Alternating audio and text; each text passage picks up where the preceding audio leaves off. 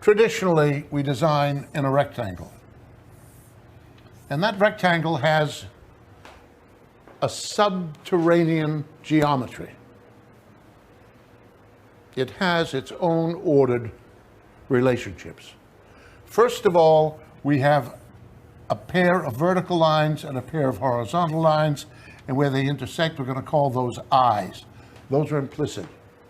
So those eyes relate to one another horizontally and vertically, and on the diagonal, they divide this in half.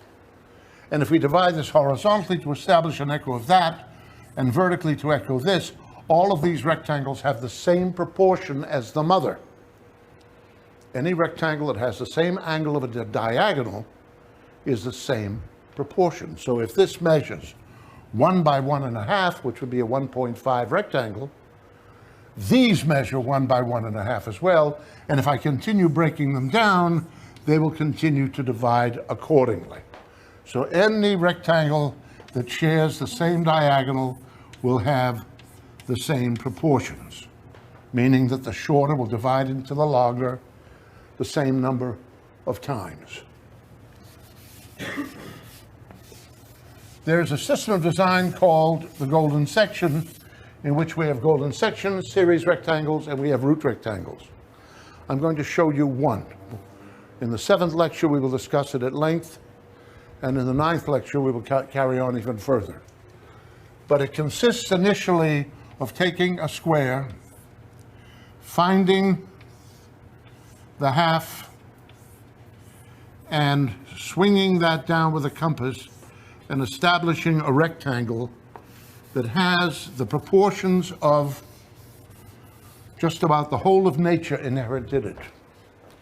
I don't know that I'm going to draw everything slightly distorted because I want to stay out of your way so you can see what I'm doing. These calipers are calibrated on the ratio of the whirling squares. And if I open this up this way, that pretty much does, did I do something wrong? That pretty much gives us the square and the ratio. Do you see it? If I take the diagonal of that and I intersect it at 90 degrees from a corner, and I bring that vertical down at that square, because that will give us that division again. There it is. All the bones in my hand are based on that ratio, and the rest of nature is. Wondering who was running the show. And he had to placate this someone, or a group of somebodies, these gods on some hill someplace. So he examined everything in nature. Everything he could get his hands on, he measured. And what he discovered was there was a ratio proportion informing everything in nature. And he assumed, presumably, that he'd decoded the language of his gods.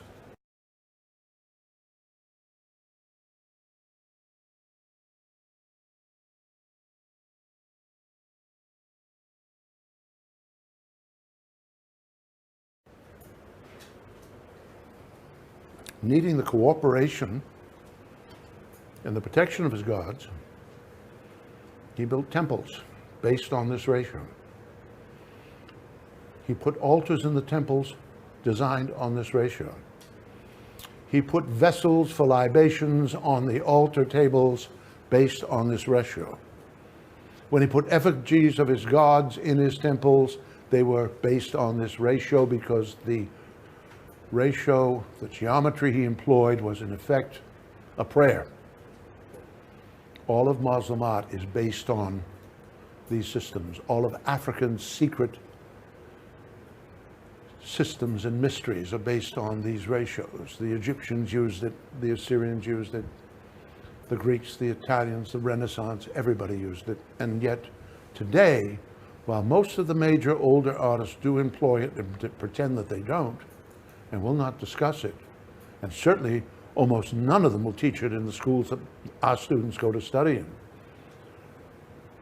Younger students are not being taught this, and it is in fact the basis of Western, Asian, African art. You don't put a line down unless you know where you're going to put it in a rectangle. You don't put the line down unless you know how long it's going to be. You have to know what direction it's going in. Is it the Baroque? Is it the sinister, diagonal of the rectangle? Is it the reciprocal? There are names, and there are terms, and there are systems, and it'll be my task to teach them to you.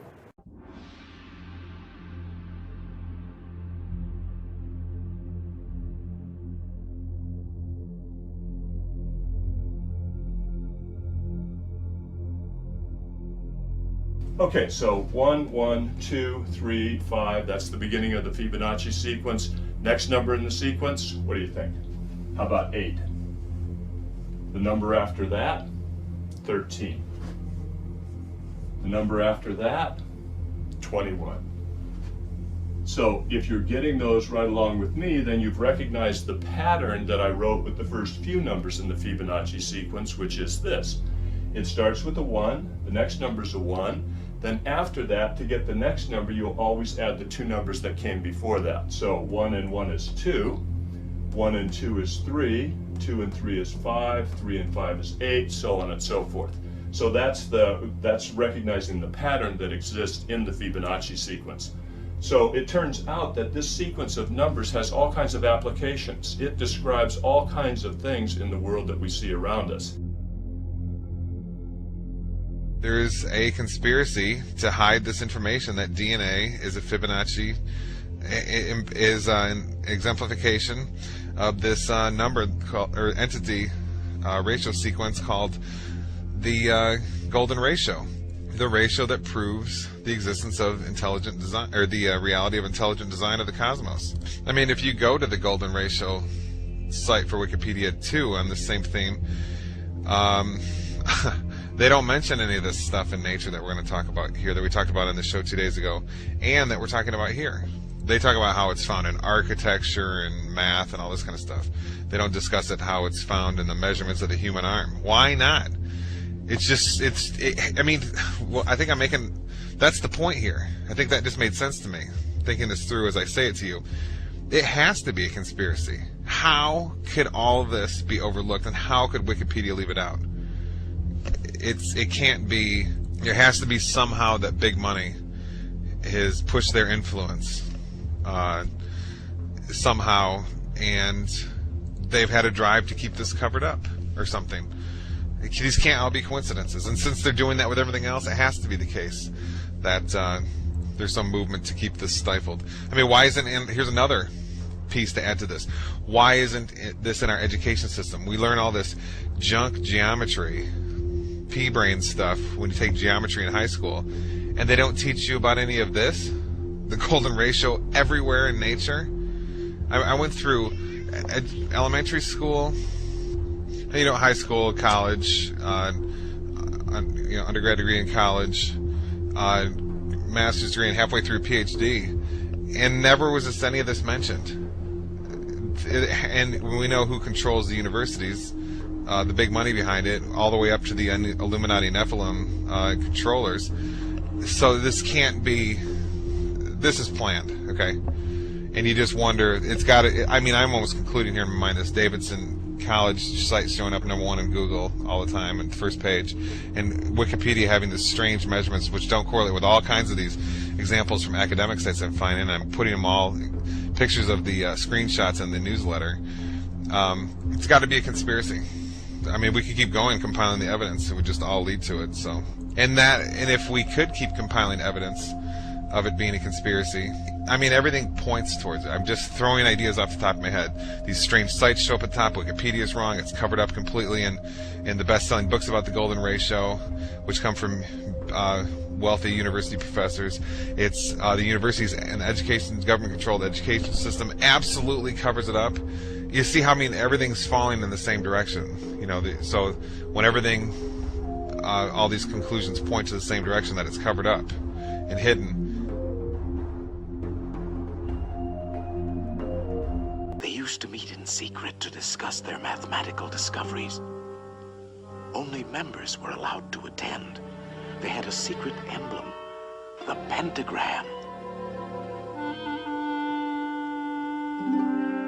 Let's see what the topic is for today. There will be a postword It was our old friend Pythagoras who discovered that the pentagram was full of mathemagic. The two shorter lines combined exactly equal the third. And this line shows the magic proportions of the famous golden section. The second and third lines exactly equal the fourth. Once again, we have the golden section. But this is only the beginning. Hidden within the pentagram is a secret for creating a golden rectangle, which the Greeks admired for its beautiful proportions and magic qualities. The star contains the golden rectangle many times over.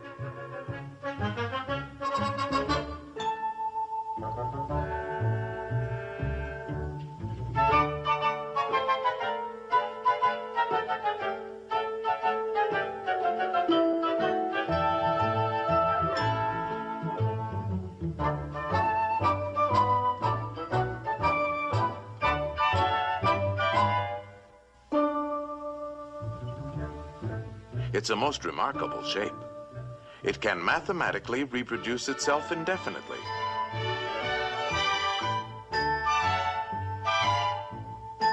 All these rectangles have exactly the same proportions.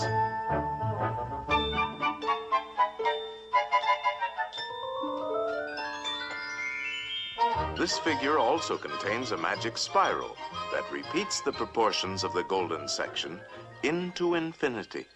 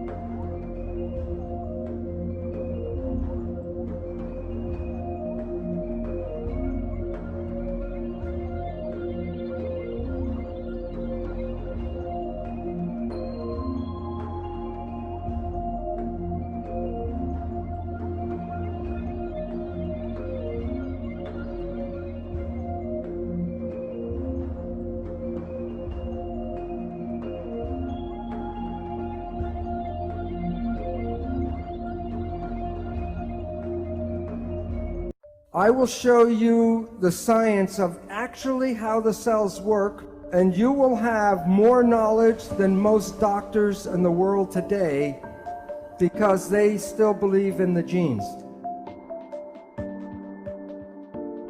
You are made out of 50 trillion cells. And the cells are the living entities. So you are a community, not a single person. Every cell in your body has minus voltage on the inside and positive voltage on the outside. Every live cell is a battery. Every cell has about 1.4 volts. 50 trillion cells in the body times 1.4 volts is 700 trillion volts of electricity in your body right now. And with training and meditation, you can focus this energy called chi, and you can use that energy for healing. So while you see yourself as a physical entity, the new physics, you are energy waves interacting with each other right now. All animals and all plants communicate with vibration. The gazelle doesn't have to go up to the lion and say, "Are you my friend?" Because at the distance, the energy could be felt and the gazelle will not go there because of bad vibes. If we, when we were young, were taught to be sensitive to the vibrations, we would not find ourselves in bad relationships and bad places. But we are usually told not to go by our feelings, but to listen to what people have to say. Language was designed to hide feelings. The point is, all organisms communicate by vibrations and know if they're in a good place or a bad place by reading the vibrations. We humans have that ability, but are not trained to use that ability. When we see people, like if I look at the audience or you see us, we see people as physical particles and machines. But that's an illusion, because what we are interacting waves. That's why one person can affect another person just by being in the field. And today, physics studies the vibration, not the physical. In quantum physics, we don't study the particles, we study the waves. And we study how the waves interference. All of the waves together is called the field. So you're made out of atoms, but you also are the field. You are connected to everything because you can't separate waves. Now I'm going to show you how your thoughts go out and affect your life on the outside. This is an older picture of a new technology called Magneto-Encephalograph, MEG. EEG, you put wires on your skin and read the brain activity. MEG, the probe does not even touch the head. You can read your brain activity outside of your head. It's not magic. Your thoughts are not contained in your head. As I talked about, people are not particles, they're waves. And waves become entangled with each other. The people that you get connected to, you are entangled with. And many people are familiar, if you think about someone or talk about someone you haven't seen for years. And I say, oh, I haven't seen my friend John in 10 years. And the phone rings and it's John. Or a letter comes in the mail from John. It's like the placebo nocebo. When you think very positive thoughts of someone, they make an effort to get in touch with you. But it works both ways. If you have a negative thought about somebody, wherever they are, they will create negative talk about you. So it's very important to recognize your thoughts and your judgments are not just connected to you, they're connected to the people you talk about. So people know that if you hit the right frequency, you can cause a crystal goblet to explode. It's called harmonic resonance or constructive interference. You are like a tuning fork with your brain, and you're broadcasting frequencies of your thoughts. Which goblet is going to respond to your thoughts? The one that is harmonically resonant with your thoughts. If you live in fear, you're not going to activate the Dalai Lama, but you may get Scarface to show up. So when you are having thoughts, you are exciting and activating those things in the world that are connected to your thoughts. When a mugger is trying to pick out which person he's going to attack, of the different people walking down the street, which one do you think gets attacked? The one who is most afraid. Because the one who's most afraid will resonate, and that means that the mugger doesn't have to do anything, go boo, and everyone will give him everything. But while it works for individuals, it is very powerful when a whole group of people have the same thoughts. You can't make a war unless enough people are ready to make a war. I'm going to show a picture of mass action here, and it relates to in New York City 1 year after 9/11. So this is September 11th, 2002, the 1-year anniversary of 9/11. What was everybody in New York thinking about that day?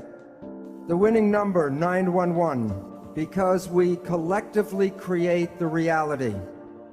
So when you look at yourself, you're not a single entity, but you are a community of 50 trillion cells. But it's important to understand the word community. Every cell is intelligent, but when they're in a community, they give up their personal intelligence and respond to the central voice. So that the community represents a thing, one thing called an organism. And in that community, that a cell must follow what the central voice is. And if the central voice says to die, the cells will die. So the central voice is the mind. And I will be talking about the nature of the two parts of the mind and why we have trouble sometimes controlling our life. So what I would talk about is the role of how this mind works. First, there are signals from the environment, the internal and external environment. The brain, the function of the brain is to perceive the signals and then interpret those signals and then send the information to the cells to control the behavior and the genetics. So the function of the brain is perception, and from that creates the mind. Now, we have heard of something called the placebo effect, right? The placebo effect is when you have a very positive thought that something can heal you, even if you don't know it, but it's a sugar pill, but you believe it's the real medicine, then you can heal yourself with that. So the pill didn't heal you, it was the thought that healed you. Statistics reveal that 1/3 of all medical healings, including surgery, are the result of the placebo effect. Now, the issue is that the placebo effect is when you have positive thinking. What about negative thinking? And this is what medicine does not tell you, is that there is negative thinking, and it's called the nocebo effect. And in the same power that positive thinking can heal you, negative thinking can kill you. They're both the same effect. One is more positive, one is more negative, but the effects are exactly the same on your health. One will heal you, and the other can make you sick. The point is that negative thinking can create all the effects of chemotherapy. Now think about this. If a doctor tells you you have a disease, or the doctor tells you you're going to die, and you believe the doctor because he's the professional, the belief will give you a disease and can cause you to die. In the United States, in the South, there's a religious group called the Baptist Fundamentalists. And this one group works themselves up into a state of ecstasy, religious ecstasy. And they believe God protects them. And so they will work with snakes, poisonous snakes like rattlesnakes, and they will even get bitten by the snake and nothing happens to them. Now look at this though. Some of them will drink strychnine in toxic doses, and when they're in that state of belief, it does not affect them. So if you can drink toxic poison, then why do we worry so much about the toxins or the food and the air and all that? Because we have a belief that the toxins can kill us. But even though I know this, I will not drink strychnine. And why? Because my belief is not as strong as their belief. So if we were growing up and programmed with stronger beliefs, we would be more powerful than we are now.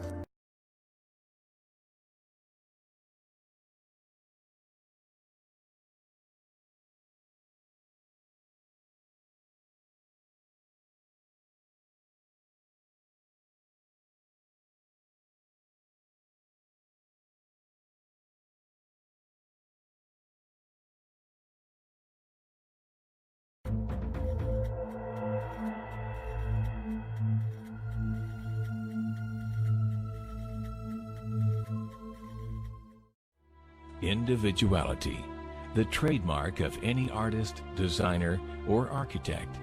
Each desires a uniqueness to their creation, a quality that separates it from any other. Man naturally has this individuality, his fingerprint. There are 6.5 billion people on the face of the earth, and no two fingerprints are the same. Everything we touch or make contact with is branded with a small expressed image revealing to all who see it who was there.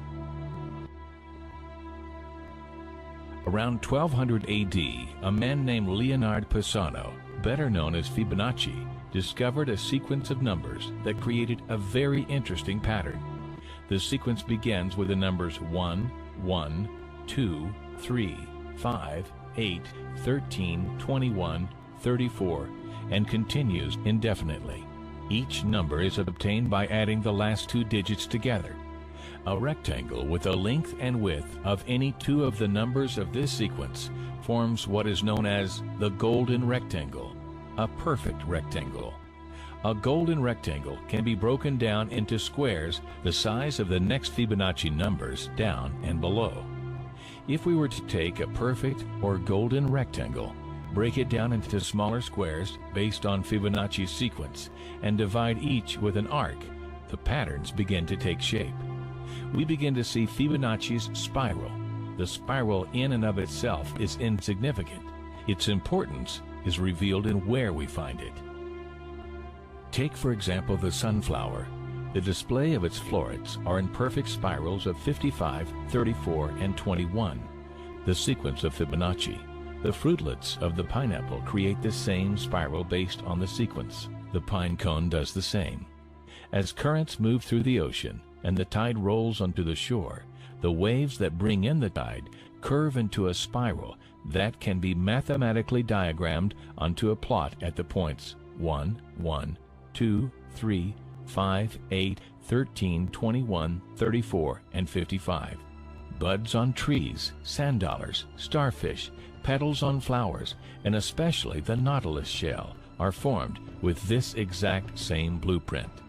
With each segment of growth, the nautilus adds to itself one more value on Fibonacci's scale. This blueprint can be seen around us every day. Mother Nature uses all kinds of mathematical languages. That when we go to understand physical phenomena, we generally find that there's some sort of mathematical underpinning to whatever the phenomena is. You know, like the Fibonacci sequence? That's like that series you find in nature? Like the face of a sunflower? Where are the spirals? You see this math everywhere. Encoded data. How did we end up in a universe like that? Why should the world behave according to mathematical laws? And it turns out, in fact, all of our senses appear to rely on sort of Fourier transforms, that they all seem to use the same mathematics. So again, here's evidence that the brain uses the same mathematics to decipher the sensory world as are involved in the making of a hologram, which is, as I say, not proof, but compelling evidence that something is going on there. Phi, also known as the golden ratio or golden mean, is a very simple relationship. If you had a rod and were going to put a mark on it, only two places would mark the phi ratio, which is here or here. The length of A plus B is equal to the length of C. This ratio is 1.6180339 and continues on forever. If you multiply the length of C with phi, it will create the exact same image, only bigger. C and D is equal to E. This ratio could then span on forever, going smaller and smaller or bigger and bigger forever. This ratio is infinite. It has no beginning and no end. It is also believed that phi is the mathematical root of all other sequences. See, every mathematical sequence in existence needs a minimum of 3 numbers to figure out the sequence. Phi only needs 2. It is the only one. Similar to how the circle and square are the source of all shape, but we'll get to that later on. Similar to how the circle and square are the source of all shape,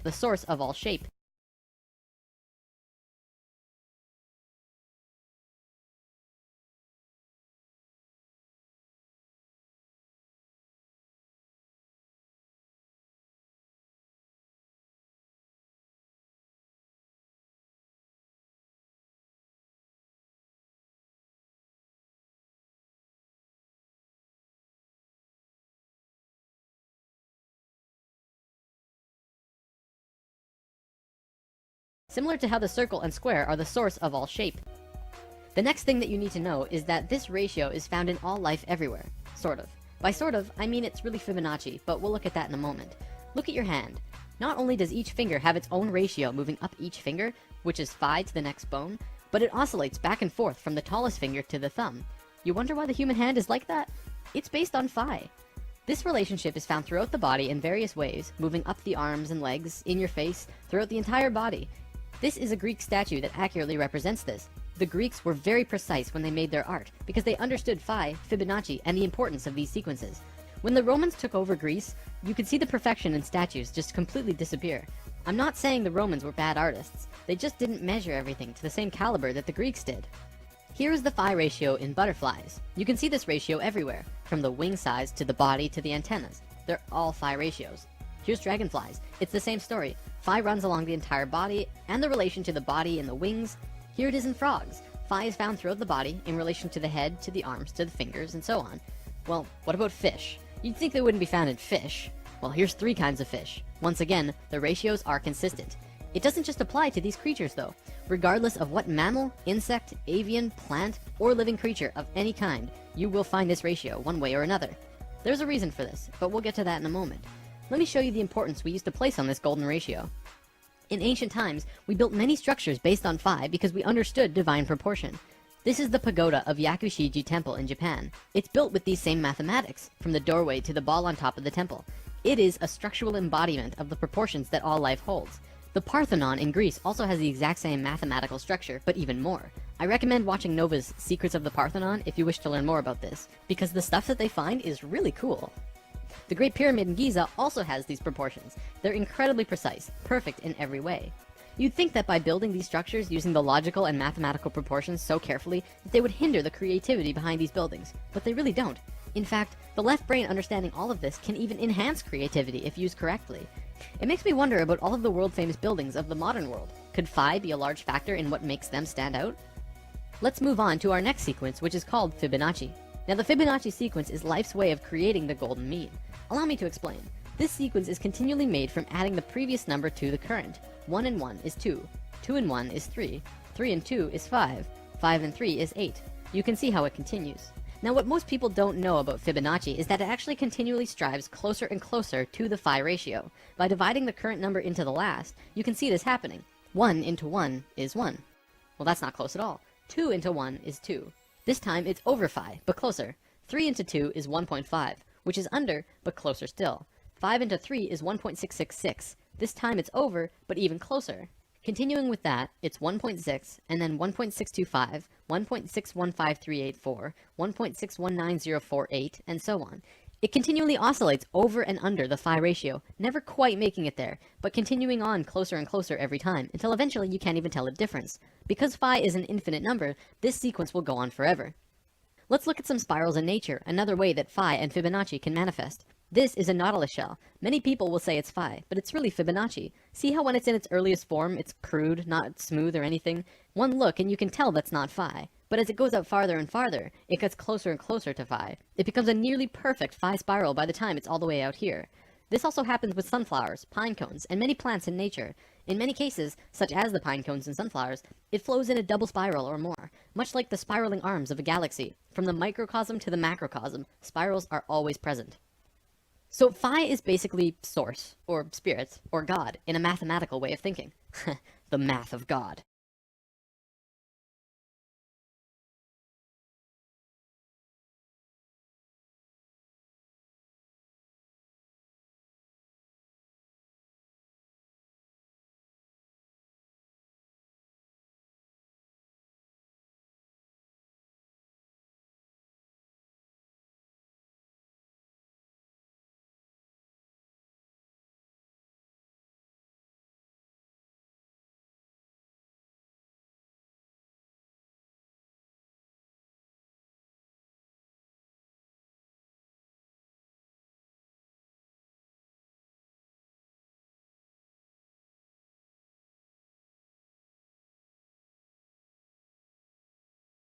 Don't forget that this sequence is an intimate part of nature itself. I'm going to call it source. It is the source of all mathematical sequences, and all life in existence grows based on phi. However, phi has no beginning and no end. Life doesn't know how to deal with that. It's like Source says, go and replicate this, and life says, we don't know how. Because life doesn't know how to create from something that has no beginning. So it creates the Fibonacci sequence instead, which has a beginning, but starts out crude, very basic, and then continually goes closer and closer to Source, becoming more divine every step. The only other sequence you need to know for this is binary sequences. This is a sequence like 2, 4, 8, 16, 32. We're just doubling the last number instead of adding it to the previous one. We're all very familiar with this. Binary sequences are found in life as well. For example, mitotic cell divisions are binary. We go from being a single cell being to having over 100 trillion cells in only 46 divisions. Binary sequences are also how computers work, by turning on and off chips. Computing at its core, anyways, is binary. Okay, let's move on to something different for now, but what we just looked at will reveal itself in time. This is how a polar graph usually looks, with 36 radial lines in 10-degree increments representing the 360 degrees. Then, concentric circles are drawn, each with the same distance away as the last, creating 8 equal demarcations as the one before, counting the inside circle as 1. Think about what this represents too. It's a two-dimensional drawing of a three-dimensional sphere, one of the sacred forms, by projecting it onto a flat surface. This is also called a shadow form, and casting shadows is a sacred way to obtain information. Also, a polar graph has both straight, male lines and circular, female lines, both male and female energies interacting at once. If you plot a golden mean spiral at 0 degrees on the polar graph, it will loop all the way around before hitting 0 again, exactly at the 8th circle. You'll find that this golden mean line crosses 5 specific places as it goes out. These places are where the female circular lines meet the male lines. It crosses at 120 degrees, 190 degrees, 240 degrees, 280 degrees, and then it jumps to 360, or back at 0, depending on how you look at it. What's interesting about this is that it creates both a binary and Fibonacci sequence. Looking at the radial increments from the center, it crosses at 1, 2, 3, 5, and 8. Well, that's Fibonacci, but it also crosses at 2, 4, and 8. Well, that's a binary sequence. We're going to look at the binary sequence in particular though, because what you find is very cool. If you draw lines from the outermost circles on the lines where the binary sequence was formed, you get this image. It is an equilateral triangle. If you continue the spiral outward, it would continue to hit these exact same places and continue to form larger equilateral triangles. Let's divert yet again to look at something very interesting. There was a man named Keith Critchlow who discovered something very important to understanding the geometry of music. First, he drew a straight line through an equilateral triangle, and then he measured from the middle of the center line and drew a straight line up to the top edge and back down to the bottom corner. Then he did the same, but passed through the center line of the top and back down again. He did this yet again on the other side. You can keep doing this on either side as well. By drawing this funny little form, he discovered something of great importance. He writes, continuing in this way, each successive proportion will be the harmonic mean between the previous proportion and the total length, and all of these proportions will be musically significant. 1/2 being the octave, 2/3 being the fifth, 4/5 being the major third, 8/9 being the major tone or step, and 16/17 being the half tone or step. In other words, he discovered the geometries of music, or at least one aspect of them. Then he tried measuring it in a different way, starting at a different point of the center line. At 3/4, he found the measurements were 1/7, 1/4, 2/5, 4/7, 8/11, and 16/19. All of these numbers are musically significant. This is very interesting. It means that the harmonics of music are somehow related to the proportions of the central line moving through a tetrahedron. Back to the polar graph, you can see that this drawing has a much greater value all of a sudden. Not only that, but it becomes even easier to make your measurements thanks to the polar graph itself. You can just draw a straight line through the drawing on the graph, and it will give you the center line. This information has been taken light years beyond what I just showed you though. A research team found that you can draw these lines not only from the center, but from any nodal points inside the upper half of the triangle, and you will come up with all known harmonics in existence. Basically, this means that anywhere the straight line and curved lines on the polar graph cross from 0 to 120 degrees and start making the pattern, you will come up with all known harmonic systems. Not only the Western keyboard, but the Eastern, and even many unknown systems that have never been used. As I'm not a musician, there's not much more I can show you related to this, but I would love to see what a musician could really do with this knowledge. How far could you take this? Alright, I'm running low on time here, so I'll wrap up with this unraveling. Remember when we talked about spirals in nature? They often travel in twos. Usually this is male and female. So on this polar graph, if you're going to copy nature, you don't just plot one spiral, you have to plot two. When you do that, it gives you this image, which is a star tetrahedron inside of a sphere. We mentioned this in lesson 7, and this image is more commonly known as the Star of David.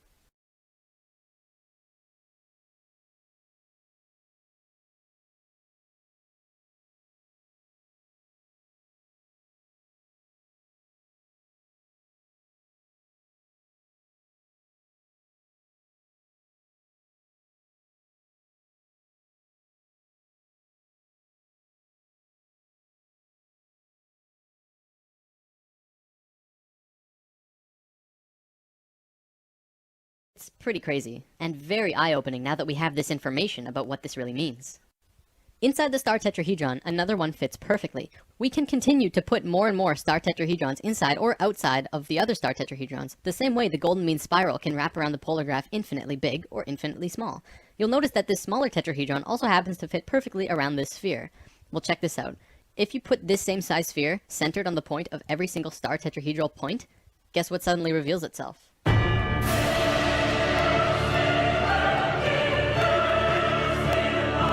The fruit of life. It's back. According to the Egyptians, as well as the Ascended Masters, this is one of the holiest, most sacred forms in existence. Of course, we already learned one of its informational systems in Lesson 6, and what you just saw was the second, only in reverse order. What this means is that all of the information of music, harmonics, sound, and spirals come out of this image. Not only that, but light and the dimensional levels work in the same way as harmonics, which we've already discussed in Lesson 2, 7, and 9. Meaning that the geometric information about light and dimensions are also related to this star tetrahedron pattern. So just briefly looking at this image that we looked at in Lesson 7, this is the fourth unraveling of the flower of life. It is an infinite spectrum of never-ending fruits of life within more fruits of life. This is the unraveling of dimensions, so it makes a little more sense now, but I won't have time to show you anything more today. So what you just saw was the second unraveling from the third rotational pattern of Genesis, the geometry at the heart of creation.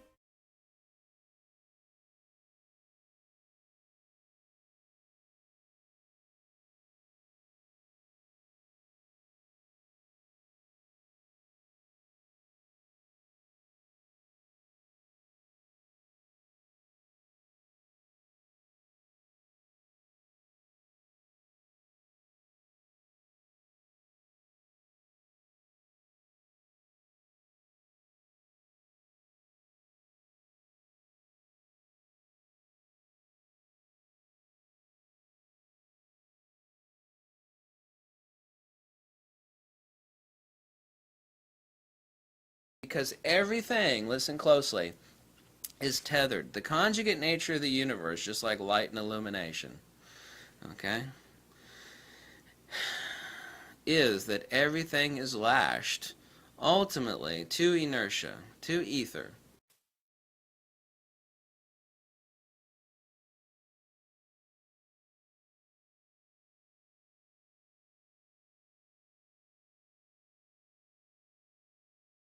Hello, I'm a metaphysician and a Neoplatonic Platonist. I'd like to talk to you about something you will not read about or see a video on anywhere.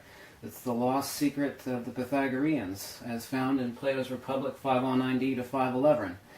This is the incommensurability of Pythagoras, for which Hippasus was murdered and thrown out to sea for so long ago. What is incommensurability, i.e. the basis of the quote-unquote religion, or specifically the metaphysics of the Pythagoreans that's so important and the basis of everything that we're starting to understand today? And of course, we today call it profanely sacred geometry, but it refers to as the ontology, or the non-empirical metaphysics which underlies everything that we see within the phenomenal world. And why were the Pythagoreans and Plato and all the Neoplatonists so interested in numbers? They were not interested in it for the sake of the golden section itself, as we see things in beauty and the ratios in nature. Let's take a look at Plato's Republic 509d to 511 and take a look at Plato's divided line. We take the divided line of Plato, we divide it in the even and mean ratio once, then we divide each section again. What we end up with is phi, 1, 1, and 1 over 5.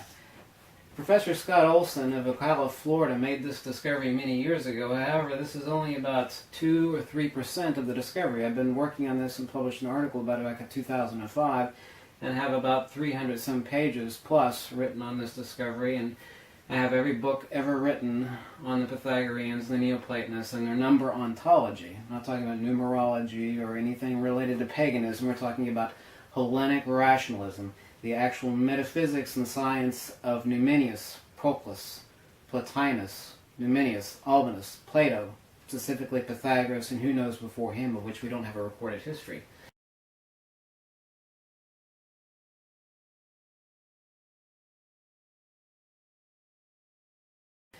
What is a divided line taken in whole? This proof was made by Scott Olson many years ago. Phi, 1, 1, and 1 over 5 of Plato's divided line. Taken in totality, this equals phi cubed, or 4.23606. And what is phi cubed? Oddly enough, unbelievable as it is, and I can't squeeze it into a tiny little YouTube video here, but the Pythagoreans, and who knows before him, discovered the grand unified theory of totality. The divided line represents the totality, the phenomenal, and the noetic cosmos, the cosmos ethithos and the cosmos nuitos. Everything we see, both empirical and nominal. We end up with 1 over phi to negative 3, which is 0.23606. 1 divided by phi to negative 3 equals phi cubed, which equals the totality of the divided line. What does this form the basis of, and why is it important? Why is the incommensurability of the specific line important, and why is this just not dry, boring math? What does this have to do with the golden ratio and the divided section? What? It forms an isosceles triangle. I'm breaking a chalk there. The degrees 108, 36, and 36. Well, why is this important? What does this have to do with anything? This is the basis of the Pythagorean pentagram. It's the triple pentagram of the Pythagoreans. Nobody's discovered this until now, that Plato's divided line in its totality, base of phi, sloping angles of 1 and 1, the special isosceles triangle, which forms the entire basis, entire metaphysics of Platonism and Pythagoreanism, is this special isosceles triangle, whose vertical, I'll tell you why this is slanted later, not directly to the midpoint, but slanted. 1 over phi is the vertical. This is the triple isosceles triangle of the pentagram. Of course, we refer to pentagram or the pentalpha, meaning 5, but it refers to the 3 triangles which intersect, which forms the basis of Pythagorean monism. 1, 1, 2, 3, 5, 8, etc., which forms a Fibonacci sequence. This is the monad, this is the Euristos dias, or the nous, as Plotinus calls it in 5.4.2. Then we have chaos, and then we have chyle, matter, and then we have being, or on.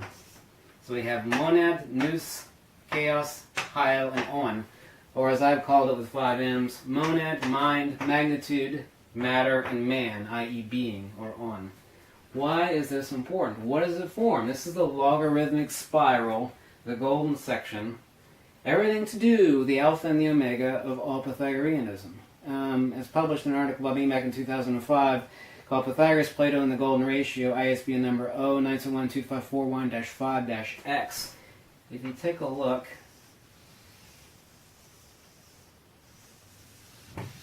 we have the logarithmic spiral. I will tell you why in another video why it doesn't intersect with 1 over phi over here.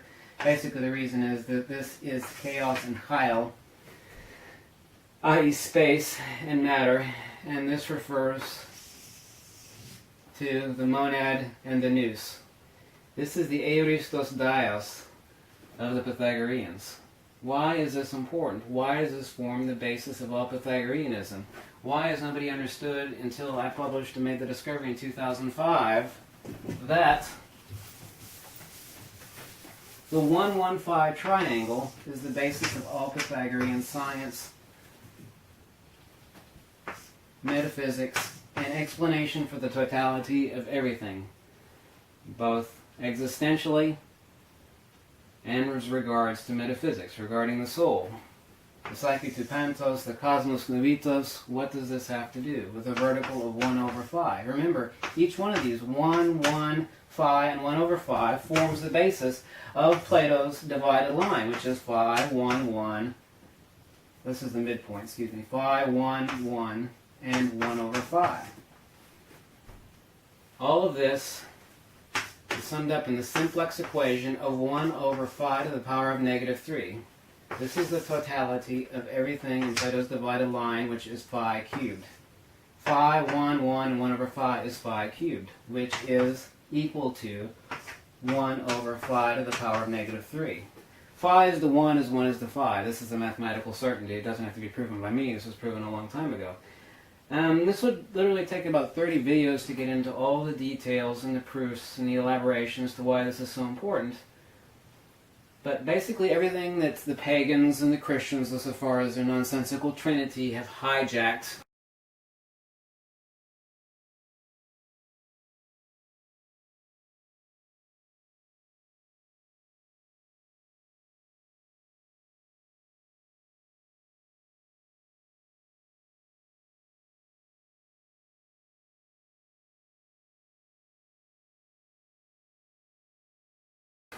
especially the pentagram by the pagans and the rest of the occultists and the shadier people that have hijacked the pentagram. Of course, we know that this is the Pythagorean pentagram, the Pythagorean pentacle, which is this special isosceles triangle of 108, 36, and 36.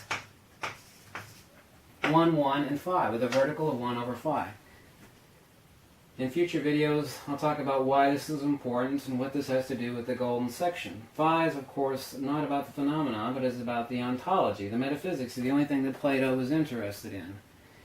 We abducted, and of course, Scott Olson wrote a rather large paper about abduction, literally working back, trying to figure out through the existential universe, as above, so below, therefore we're able to deduce about the absolute. Of course, the Christians in their insane stupidity have tried to project this as meaning that the golden section is somehow proof of God. Actually, Plato and Plotinus specifically deny that the absolute, or the monad, is a being.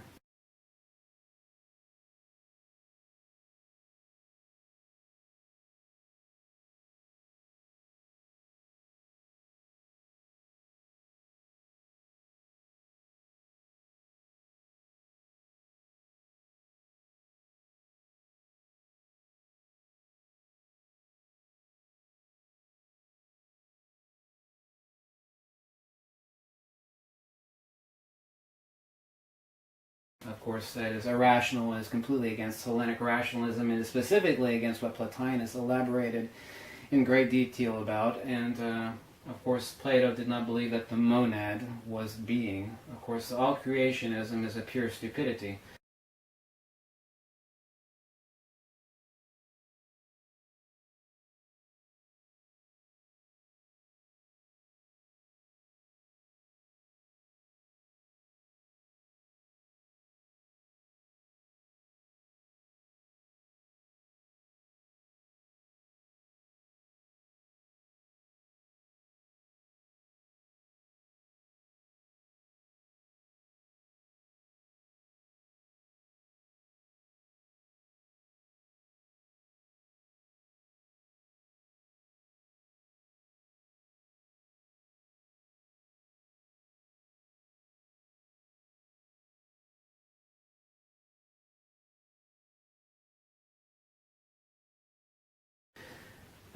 Why the golden section and why the specific triangle is proof of the incommensurability of what the Pythagoreans were so interested in, why Hippasus was killed for making this elaboration and spreading out the quote-unquote secret of the Pythagoreans. In a future video we'll talk about specific details about the Fibonacci sequence, such as 1, 1, this is the Trinity, 1, 1, remember the monad, the mind, 2 and 3, this is the second, and this is the third. This is the actual Pythagorean trinity, the monad, the nous, the chaos, the chayil, and the on. Monad, mind, magnitude, matter, and man. Magnitude, matter, in all Platonic metaphysics, of course, is one thing. The aoristos dias, the monad, and the nous is, of course, one. That is principle and attribute. Of course, the conservation of the pure metaphysics of all monism, be it Advaita Vedanta or Pythagorean monism, and specifically what Plato and Plotinus talks about specifically, there cannot be other than the one. So if the one is this, then what is this? Well, very simple. This is principle and attribute. Both are one. This is the proof against creationism. This is the proof against nihilism or atheism or materialism.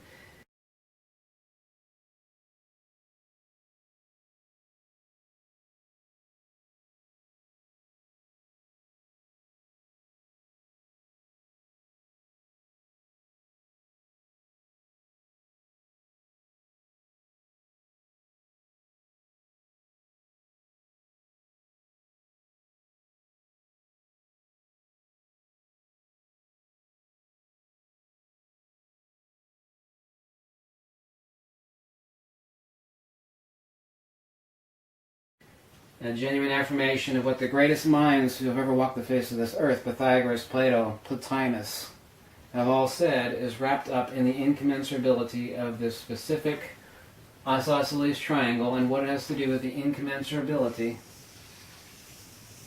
of everything we see in nature and what this has to do with the metaphysics and the ontology of being, or the pre-existence of genuine being, i.e. the soul, and how the Platonists and the Pythagoreans abducted, were able to deduce the nature of the absolute and how all things work together to form a union, the harmonia. I mean, I can go on and make 30, 40 videos about this and I still wouldn't even scratch the surface.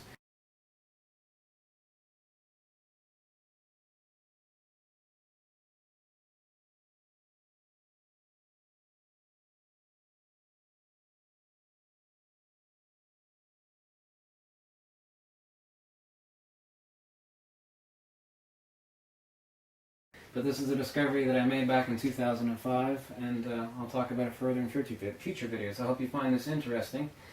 And excuse me for my bad penmanship with the chalk here.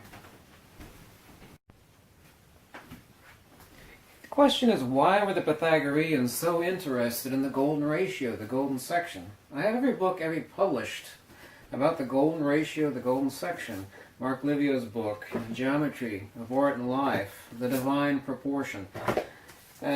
Another book with the same title, The Divine Proportion. Why were the Pythagoreans so interested in the golden section? They were interested, obviously, in a complete grand unification of physics and metaphysics. We have two antinomies today that are dueling for the truth. We have nihilism or materialism, and of course we have the idiot creationist. One thinks that there is a being that sits up in the sky, and the other thinks that everything is simply a materialistic reduction of energy and particles and whatnot.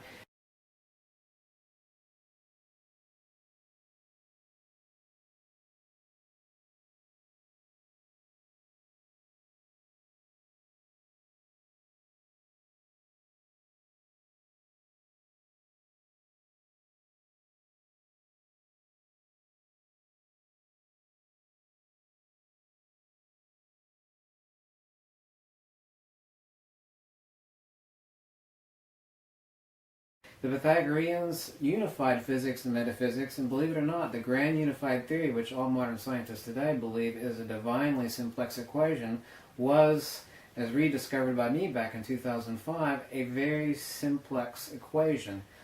Now, as was proven in Plato's Republic 519d, that the divided line of Plato is phi, 1, 1, and 1 over phi, which altogether is phi. What does this have to do with the Pythagorean pentagram? Of course, we all know that this was the symbol of the incommensurability and unification of physics and metaphysics of the Pythagoreans. So what does this 108, 36, 36 isosceles triangle have to do with a grand unification of everything? As Plato and Plotinus and Pythagoras said, that everything is numbers, not literally in the materialistic sense, but we can deduce things about metaphysics and ontology from numbers. Therefore, we were able to see things existentially and able to work back and deduce things about the absolute, about the soul, about the noetic cosmos. The Pythagoreans were not interested in the golden section, as every book out there about the golden section is. It's just a bunch of pretty picture books about the plant Phyllotaxis, and usually it is a nautilus shell, and the fabulous spirals is found in Nature and Life, and of course you'll see the self-made tapestry and the various books written by Philip Ball. All this is great and is beautiful, is wonderful. We're able to see symmetry, like the vertical versus the horizontal, the spiral of DNA. All this, of course, is in a ratio of 1 to phi. The Pythagoreans, the Platonists, the Neoplatonists were not interested in the existential beauty of the Fibonacci sequence, i.e. the golden ratio, or dividing Plato's divided line in the extreme and mean ratio. They were not interested in the existential nature of the golden section. They were interested in using that to deduce what the one is, both in principle and attribute, and say things about the ontological structure, mechanics, the clockworks of our cosmos. This, of course, is the basis, the isosceles triangle, the 108, 36, 36 triangle, as found in the pentagram. You'll see it's the exact same triple triangle that embodies Plato's Republic 509d, but of course it does not belong to Plato. This came from the Pythagoreans. We only attribute it to Plato because it is the oldest existing source that we have in written form attributed to Plato in his Republic, which is mirrored in the cave analogy and the sun analogy also in Republic. So what is this reducibly? Is there a grand unified theory for everything, both the cosmos numitos and the cosmos ethithos, both everything empirical and everything ontological, everything metaphysical? Did the Pythagoreans have a simplex equation for this? Yes. As I discovered back in 2005, Plato's divided line, once again, is divided by phi, 1, 1, and 1 over phi, which, if taken all together, remember both of these are 1.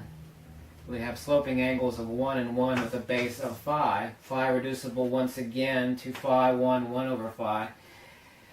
All of this together, phi 1, 1 over phi of Plato's divided line is a simplex equation. This is the equation, the grand unified theory of everything, according to the Pythagoreans, both visible and metaphysical, is 1 over phi to the power of -3. This is literally the grand unified theory according to the Pythagoreans, as I rediscovered in 2005. And this, of course, is a mathematical proof, and this is, of course, Plato's little secret in his Republic, and mentioned elsewhere, and actually speculated upon by Plotinus, Numenius, and all the ancient Neo-Pythagoreans and the Neoplatonists over time. But you will not find any mention anywhere until I rediscovered in 2005 what the grand unified theory of the Pythagoreans were. Is 1 over phi to the power of -3, and everything taken in totality, which equals phi cubed. Phi cubed, of course, being 4.23606, etc., etc. Phi to the power of -3 is 0.23606, etc., etc. 1 divided by phi to the power of -3 is the grand unified theory of the Pythagoreans. This is not speculation. This is not conjecture. This is the proof, the mathematical proof that, amazingly enough, now that we've had nearly 2,000 years to look at Plato's divided line, it was only recently proven a few years ago with absolute mathematical certainty that Plato's divided line is divided in the extreme and mean ratio of phi, 1, 1, and 1 over phi, which is the basis and the formation of the Pythagorean isosceles triangle, sloping angles of 1 and 1, base angles of 108, 36, and 36. This is the special isosceles triangle of the Pythagoreans, with a vertical of 1 over phi. Why does it occur here as opposed to directly at the midpoint? Because it has to intersect at the midpoint between 1 and 1 as a mathematical logical necessity, or as the Platonists would call it, anarchy. It intersects at 1 over 1. So what is the grand unified theory of the Pythagoreans? That we've actually been looking for the unification of the strong force, the weak force, the electromagnetic force, and of magnetism. Today we call it the GUT, or the quest for the grand unified theory. Well, amazing enough, the Pythagoreans discovered it many thousands of years ago, and who knows who they got it from before them. We obviously have no written record, nor will I conjecture about where it came from earlier than Pythagoras. But the grand unified theory, the quote-unquote supremely divine equation of the Pythagoreans is 1 over phi to the power of -3, which forms the basis of the special Pythagorean isosceles triangle, which forms the basis of Plato's Republic 509D, 511, the divided line, which subdivides up into phi 1, 1, 1 over phi, with sloping angle of 1 over phi, which forms the basis of the isosceles triangle of sloping angles of 1, 1, and base of phi. It is amazing that this simplex equation, of which I have nearly about 250 pages of elaborations, proofs, detail upon detail upon detail, is why the Pythagoreans were so interested in the geometry and using it as a deductive metaphysical tool for understanding the mechanics of the universe. Their simplex equation for describing the entire cosmos, as proven by my discovery in 2005 of 1 over phi to the power of -3, is simply this: the conservation of the logic, the mechanics of emanationism, which is the basis of everything that Plato, Plotinus, and Pythagoras taught, is one simple thing. Remember the sloping angles of the isosceles triangle, 1 and 1. What the absolute is and what it quote-unquote does cannot be differentiated. There's no argument for the complexity and the divinity as found in nature, both in macrocosmic, microcosmic world. The only contention is the source, the locus of the complexity and the beauty that we see in nature, the harmonies, the rhythms, the Fibonacci sequence that we see both the macro and the macrocosmic world. What the absolute is and what it does cannot be differentiated.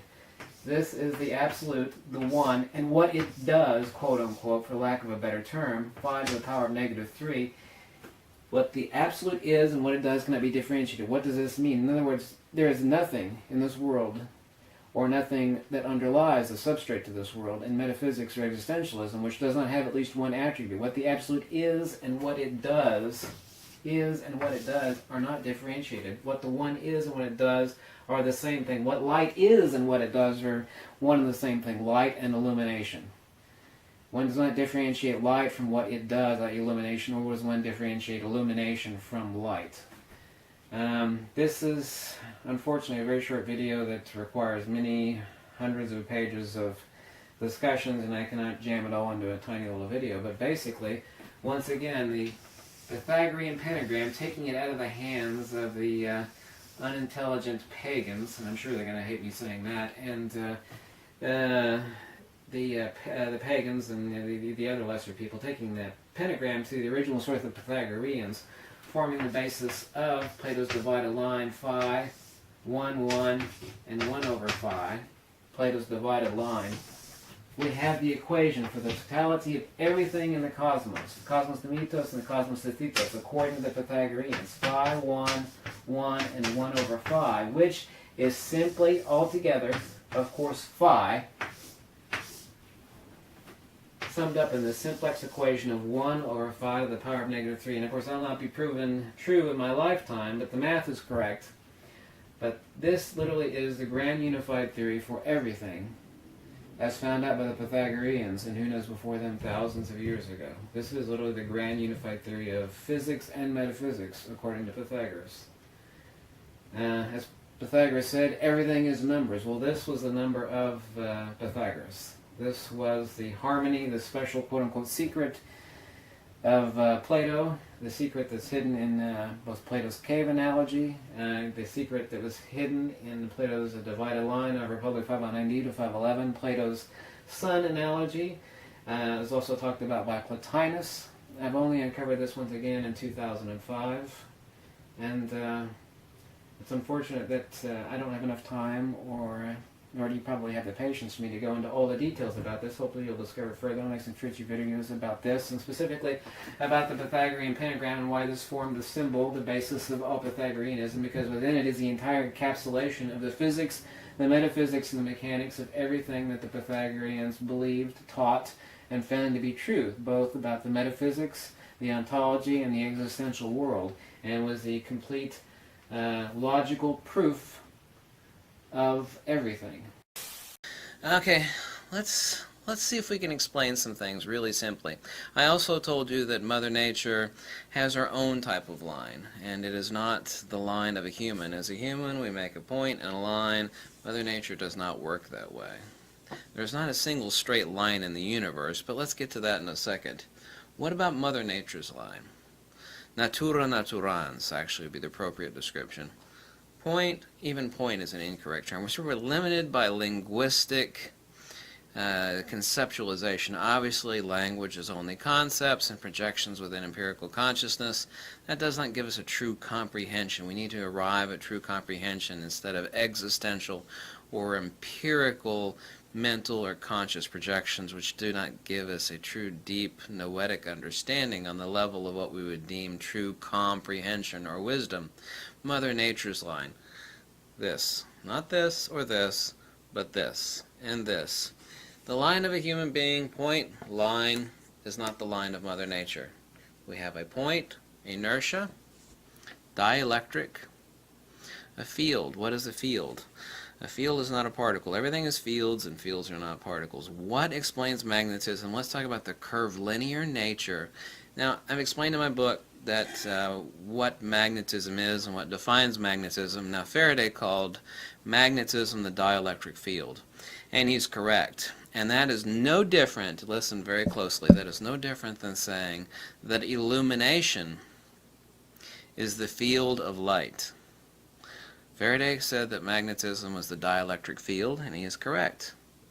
That is no different than saying magnetism is illumination. And the light, or the principle, magnetism is the attribute.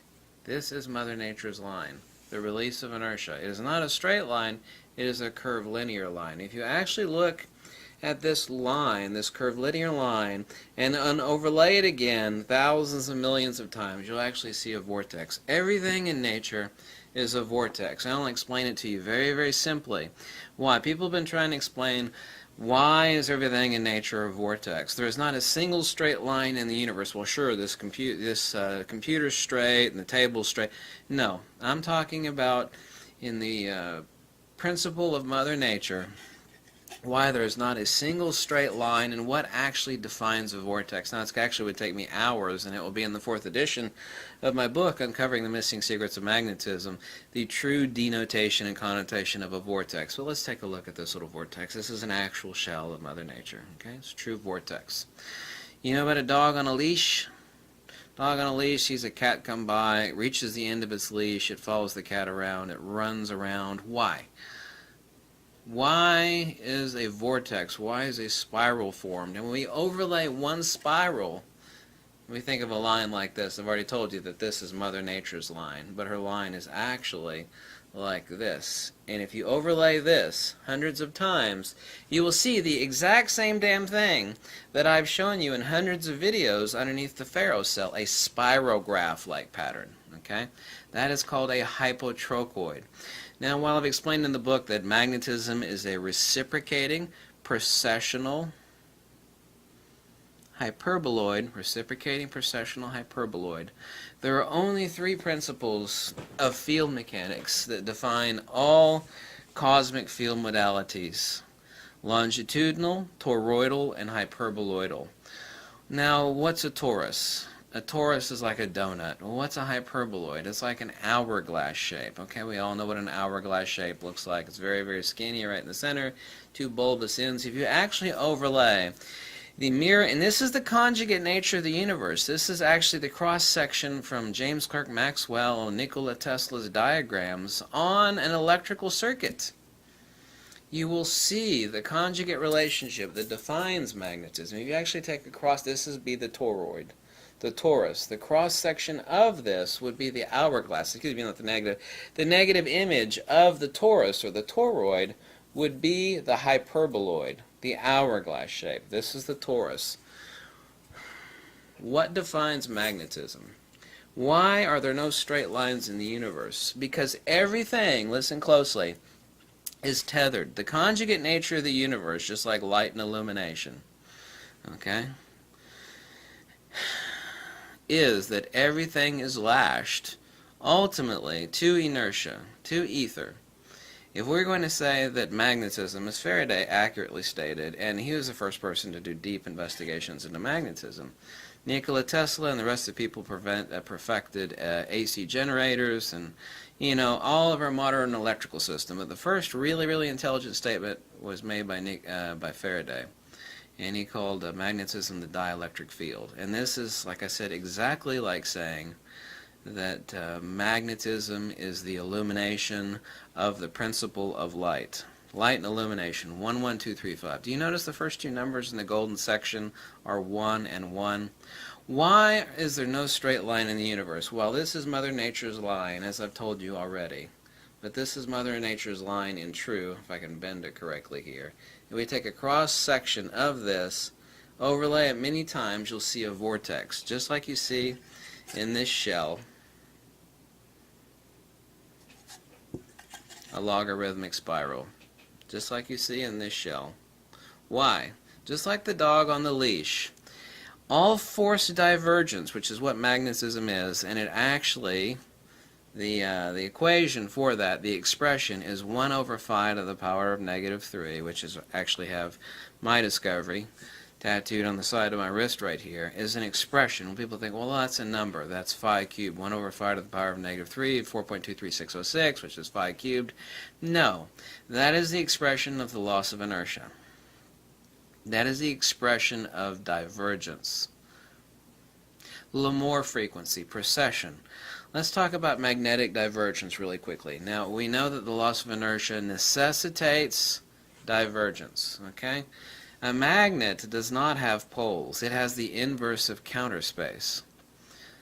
If you take a magnet and you slice it, as I've told you 1,000 times, this is a long skinny magnet. If I made 1,000 slices out of this, each little slice would have 3 domains. It would have a quote-unquote north pole, a quote-unquote south pole, and a plane of inertia. That means that if this were a long skinny magnet, there is no north pole here and no south pole here, and there's no plane of inertia in the middle. If I cut it 1,000,000 times and each little slice has its own, quote, north pole and south pole and its own plane of inertia, that means that there is nothing located there. It is simplex pressure mediation.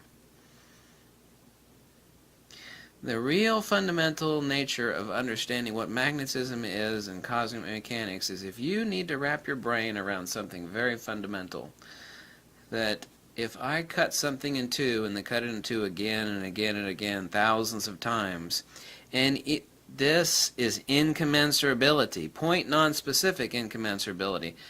If I take each little section and I cut it 1,000,000 billion times and each little bit is exactly the same as the entire whole, this is exactly the same thing as taking a hologram, not a holographic negative, a holographic positive that you're familiar of. Everybody's familiar with holograms on their credit cards. Okay, it's a holographic.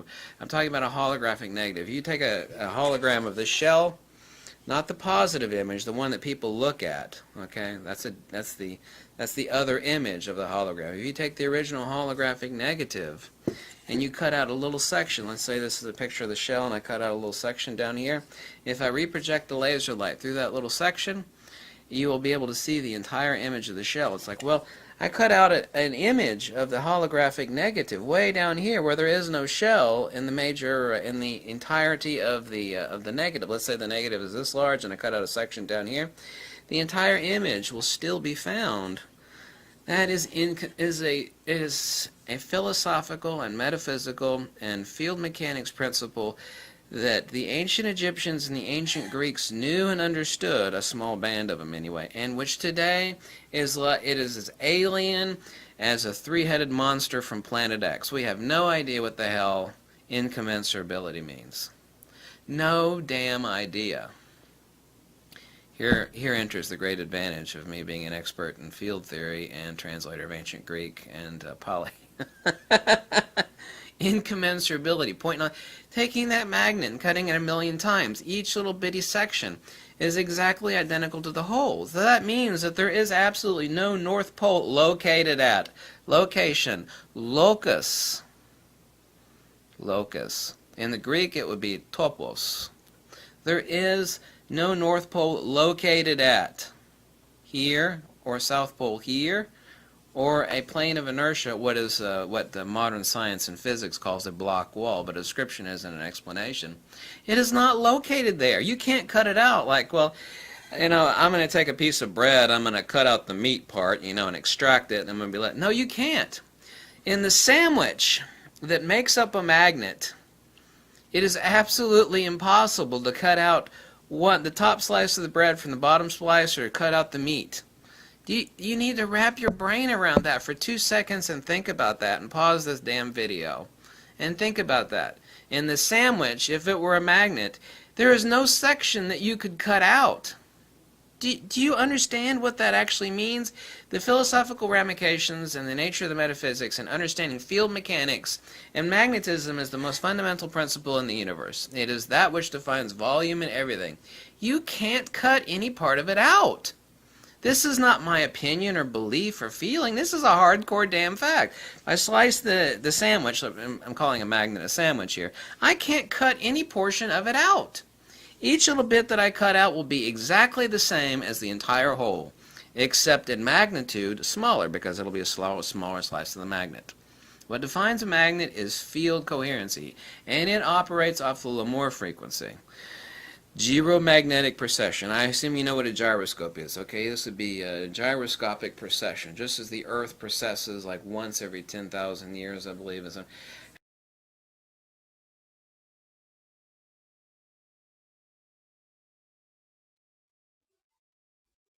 If a telescope is pointing at a star, and both are stationary, then obviously the light comes straight into the telescope. In 1729, Bradley found that he had to tip his telescope forward very slightly to get a star in the center of his telescope. It was assumed that this was due to the motion of the Earth around the Sun. Let us assume that the telescope was moving at 5 miles an hour and had to be tipped 5 degrees.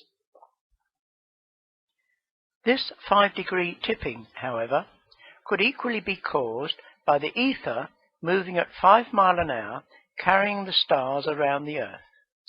As we see here, the light would be coming in at the same angle, and the telescope would still have to be tipped 5 degrees. So tipping the telescope does not tell us whether it is the starlight moving or the telescope moving. However, there is a simple experiment that can determine whether it was the Earth that was moving or the ether and starlight. All that you had to do was record the tipping required for any particular star, then fill the telescope with water, which greatly slows down the speed of light in the telescope.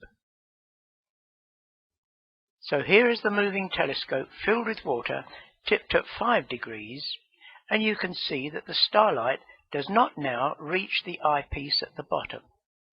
This is because the starlight moves much more slowly when passing through water.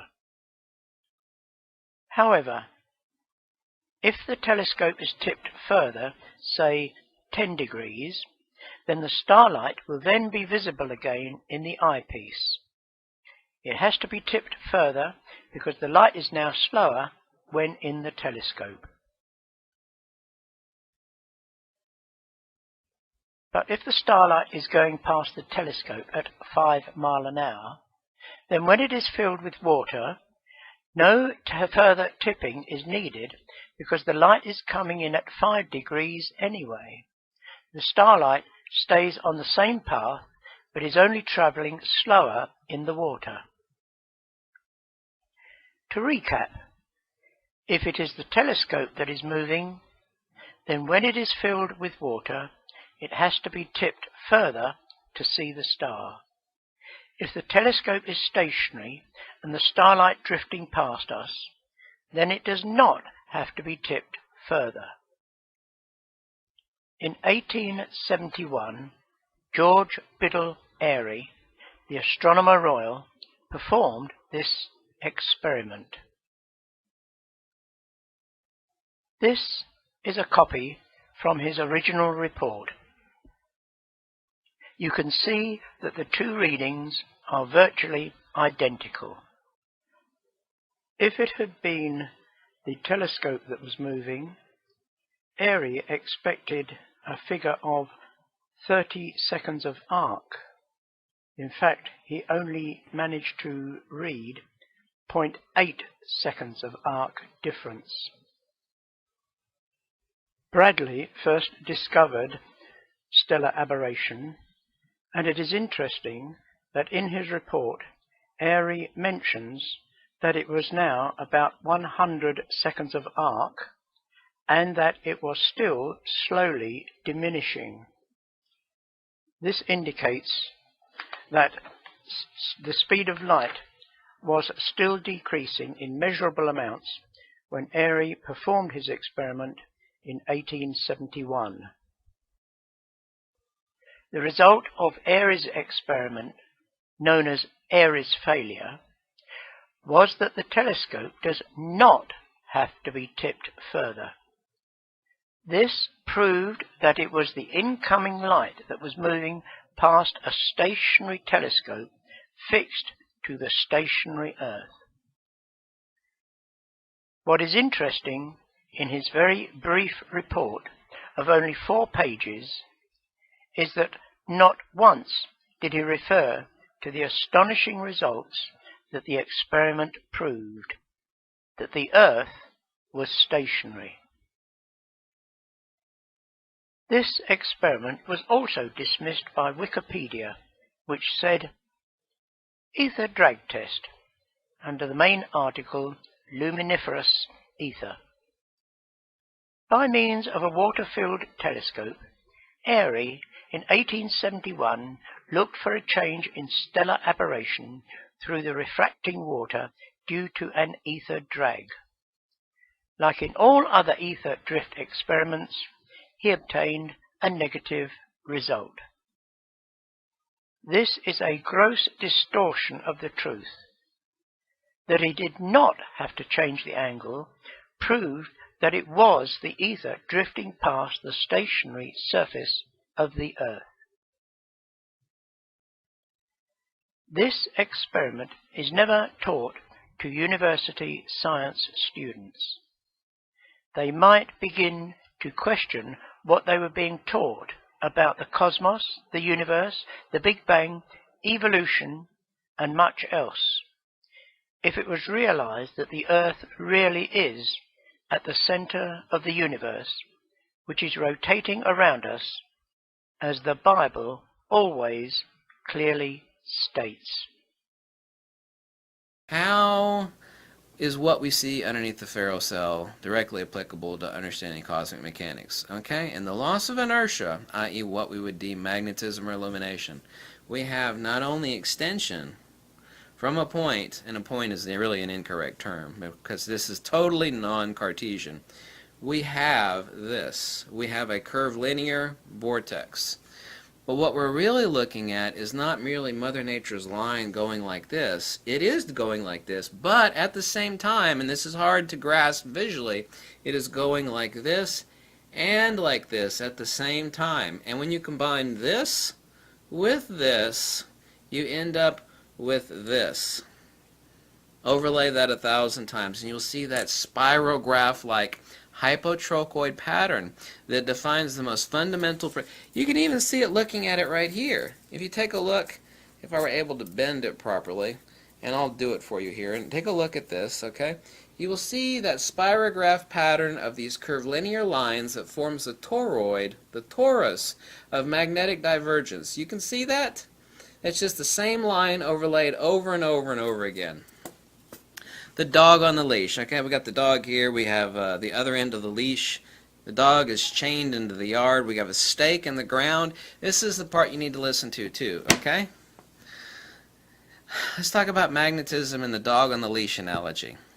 We have a stake in the ground, and on top of that stake is a rope, and we got the doggy on the other end, the doggy being magnetism, the stake in the ground being inertia. The dog can go round and round all at once, but is only going to go in a curved pattern, spiraling around until it eventually arrives back at the leash again. It's going to wrap that leash right around the stake until it arrives at the stake. That is how everything in cosmic mechanics, from any galaxy in this universe, works this way. Is a dog on a leash. There is not a single straight line because there is no, listen, there is not an untethered dog in this entire universe. And by untethered dog, I mean magnetism. There's nothing that is going straight out. Everything is not like this. It is like this. Because everything is tethered to inertia. Force and motion, inertia and acceleration.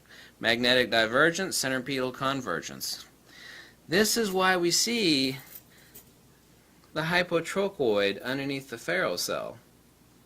Because that loss of inertia is tethered like a dog to a leash to eventually return. Yin and yang, the conjugate nature of the universe. Light and illumination. It is that simple. There's only longitudinal, toroidal, and hyperboloid. Hyperboloid is an hourglass shape. Toroidal would be a donut shape, which I can't really actually show you the donut properly here.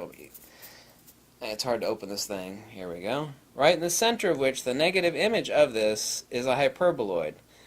I'm showing you the torus right now, and if I take the negative image of this torus, you will see the hyperboloid. And that, folks, is lesson fundamental 0001 of cosmic mechanics, and the entire universe works this way. It's irrefutable and it's undeniable. It can't even exist any other way than this. Thank you for watching. Okay, let's make one last video really quick, talking about the conjugate nature of field mechanics, the conjugate nature of the universe. We talked about dielectricity, ether, i.e. inertia, unmanifest potential that releases at a rate of 1 over 5 to the power of negative 3, which is an expression. We don't want to get into that complicated of discussion on that. What about the conjugate nature of the universe? Principle and attribute. It is absolutely irreducible that there's nothing in the universe that you can point to, or not point to, that does not have at least one attribute. Light and illumination. Water and flow. It's absolutely impossible. It is also impossible to define inertia in what it is in principle versus what it does, and by does I mean that loosely, a simple linguistic expression, which of course is always self-limiting as a perceptual amplifier to conscious understanding. Rather than true comprehension, you have to take another step to have true comprehension. The conjugate nature of the universe. Ether and inertia and magnetism. As Faraday called magnetism the dielectric field. Okay, and as I've already pointed out to you, what we call the dielectric field, i.e. that which defines magnetism, is the loss of inertia.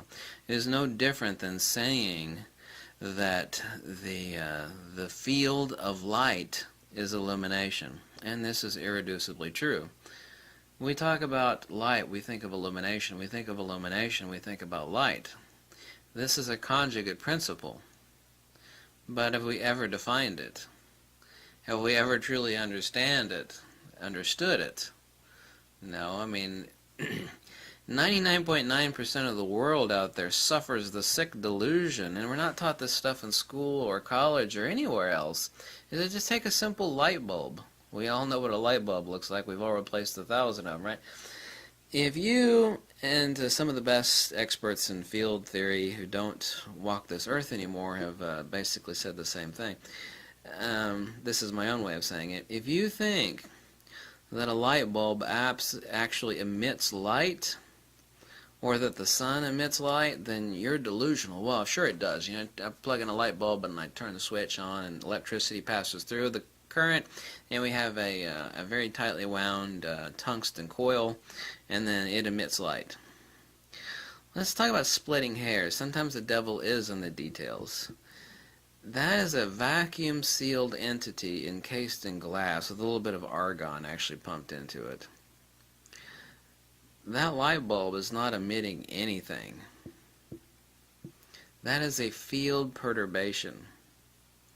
You know, there is nothing quantifiable. Qualitatively, yes, but there is nothing quantifiable. And let's never get into quantum, because quantum mechanics and general relativity is a cult of atomism. The ancient Greeks had their own brand of these mental degenerates that believed everything was little magic particles bumping into each other, and magic particles hitting these magic particles, and magic particles. That literally is what quantum mechanics is. The insanity of quantum mechanics is that they even think that fields are mediated by particles, bosons, and I mean, that's absurdity. There's never been any observable evidence for such insanity, some mental degenerate insanity that has never presented itself. It's an absolutely ludicrous idea. Instantaneous action at a distance alone negates that as a possibility. Conjugate nature of the universe.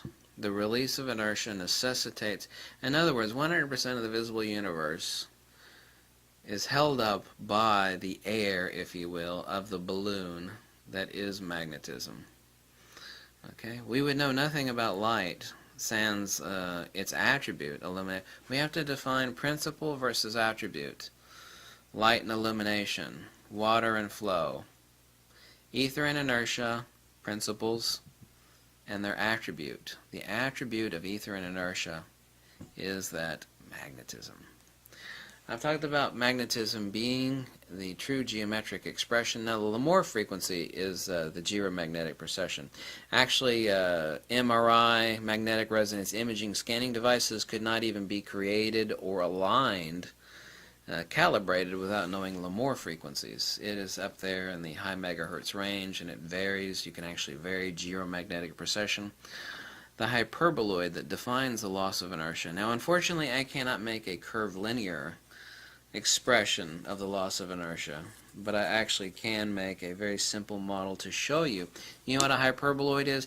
You should know what a hyperboloid and a torus. A torus is a donut, a hyperboloid is an hourglass shape. They are conjugate inverse images of each other. A torus is literally the illumination. Actually, if you want, here's a fact that I've never told anybody else except for the 4th edition of my book. The geometry of magnetism is a torus, and the geometry of the principle, i.e. inertia, i.e. ether, is the hyperboloid, the hourglass shape. We have centrifugal divergence, centripetal convergence. The entire universe, Mother Nature works off of pressure mediation, centrifugal divergence, centripetal convergence. Everything is capacitance, resistance, permeability, and permittivity. The loss of inertia, okay, don't look at it this way, the loss of inertia, okay, now you're not seeing anything. Okay, what defines the hyperbola? Let's talk about the inverse image of the donut. The inverse image of the torus, that which defines. Now I cannot make these curved. I can only make these straight because there are limitations of what a model can show you. But I can show you the lines, sans the curvature, because everything in the universe is curvilinear. Obviously so. The reason everything in the universe is curvilinear is the same reason that a dog on a leash that runs around, the dog's on that leash, the leash is attached to a stake. That stake is inertia. That stake represents acceleration. The dog heading out and barking at a cat or something like that, that represents the loss of inertia. It can only go so far until that dog chokes and it runs around on that leash and it runs around the stake in a curvilinear fashion. Curvilinear, okay? Now let's show the expression of the loss of inertia, and we'll look at the hyperboloid here. Now you have to imagine these straight lines, alas, in a curved fashion, and then you'll see the hypertrochoid. What's a hypertrochoid? Well, Google hypertrochoid. If you want to think about it as a spirograph pattern, that's fine. The loss of inertia. Everything is working off, and right at the center of which we have the plane of inertia where no magnetism actually exists.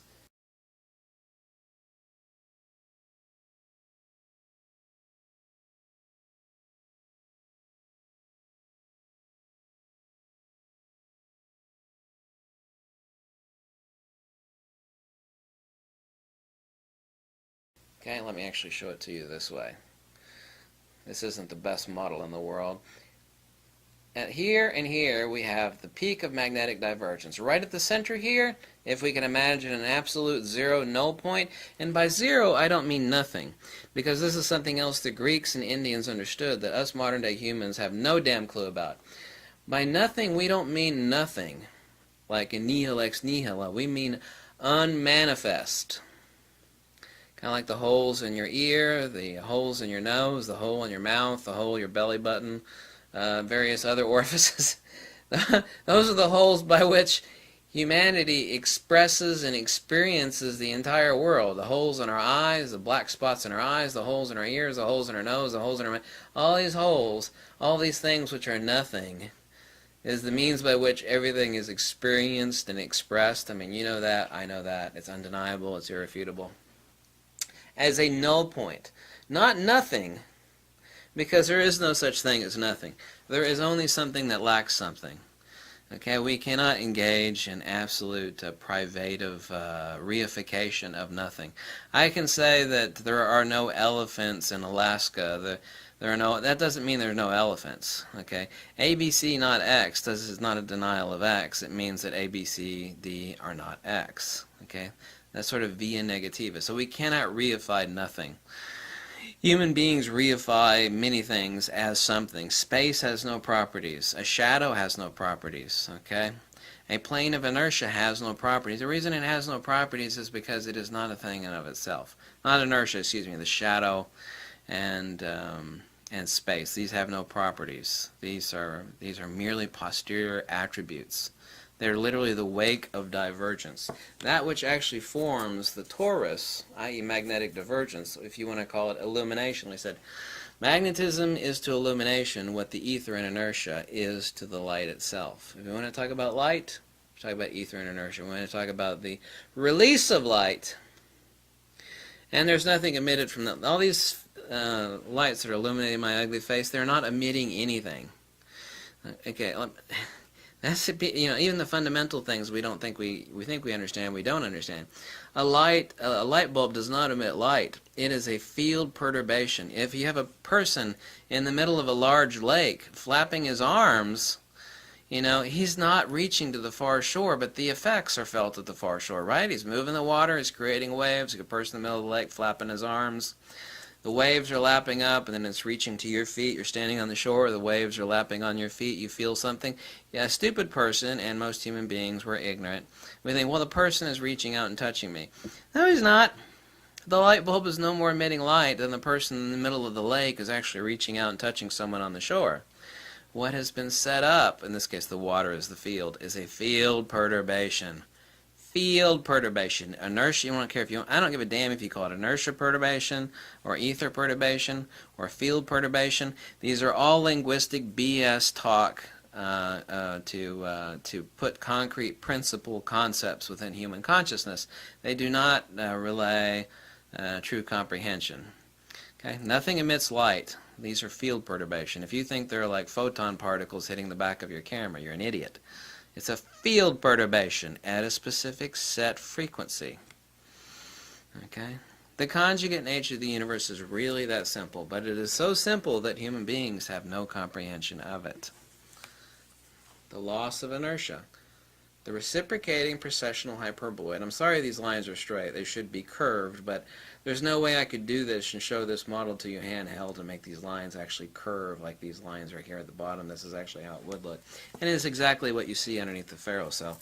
And this is exactly what you see if you look at this. You'll actually see the curved linear lines. If you look at the bottom there, you'll see the curvature. This is the donut, the torus. But the inverse of this donut is the hyperboloid, and that is what defines inertia. Force and motion, inertia and acceleration, centrifugal divergence, centripetal convergence. The universe is that simple. Mother Nature is screaming at you, but us stupid human beings are going, Literally, that's exactly what's going on. Mother Nature is screaming at you with the answers. With the answers. The answers are right in front of you, dumbass. But we're going, what am I going to eat tonight? You know that's true. Thank you for watching. Okay, let's take a look at the simplex geometry of the Ferro cell for a second. Well, we see a hypertrochoid, but what can we make of the fact of where there is light and where there is not light? Well, first we have to define what a magnet is. And empirically so, a magnet is no different pre-magnetization rather than it is post-magnetization. So what's the discrepancy? Before it is turned into a quote-unquote magnet, it is nothing other than an incoherent lump of neodymium iron boron, or a ferrite, or samarium cobalt. So what actually defines a magnet? And what defines a magnet is field coherency. Now, that which gives definition to 100% of the visible universe is magnetism. As Faraday called it, the dielectric field. Specifically, it is a field perturbation. It is the loss of inertia. It follows exactly the Henry-Poincaré disk model of projective geometry. Where have we seen this pattern before? By the way, this spirograph-like pattern that people have in their minds is technically a hypertrochoid, but what is it that we're looking at? Certainly we've seen this pattern before in nature from the Ojibwe Indians. This is a dream catcher. Here we're looking at an interwoven pattern of interlacing, convergence, and divergence, but where have we seen this before? This is actually a true photograph, not computer generated, but we're looking at incoherent light. Not coherent light, not laser light, but incoherent. regular LED illumination. You can even use a very bright flashlight. If you were to ring the Ferro cell with a bright flashlight, you would see the exact same pattern. So here we have the hypertrochoid. You know, depends on what color light you use. Here we have it. So let's get to a point. Let's make some conclusions.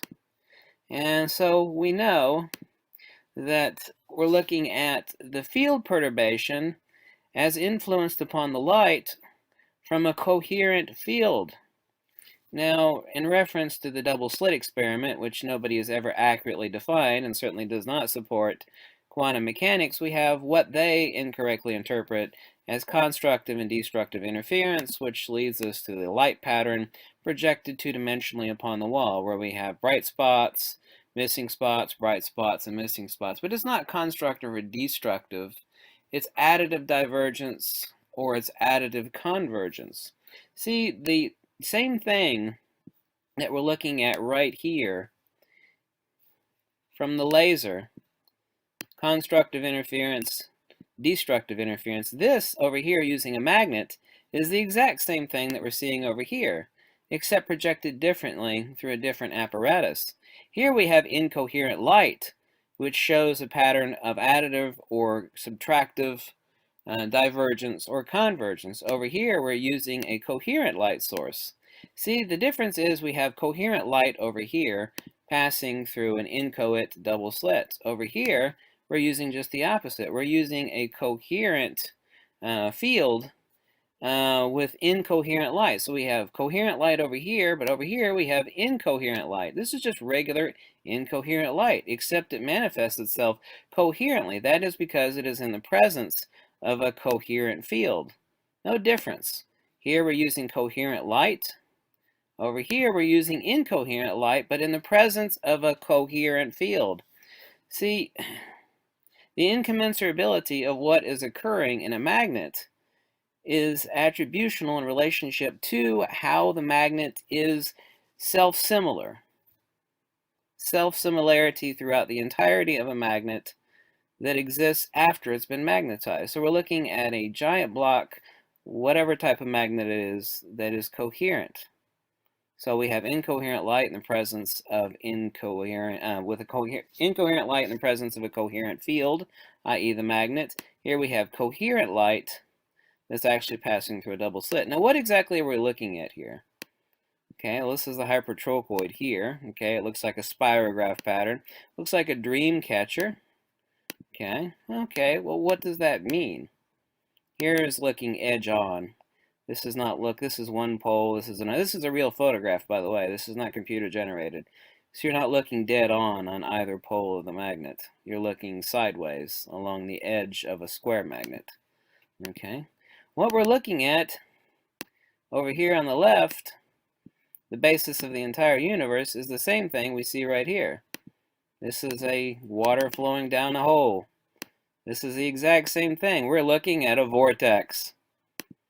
This is exactly what you're looking at. Simplex field pressure mediation. It's not more complex than that. Simplex field pressure mediation. Here is the exact same hypertrochoid in a sunflower. The exact same pattern that follows the golden ratio that we can see here. Exactly the same thing. You are looking at a vortex, a funnel.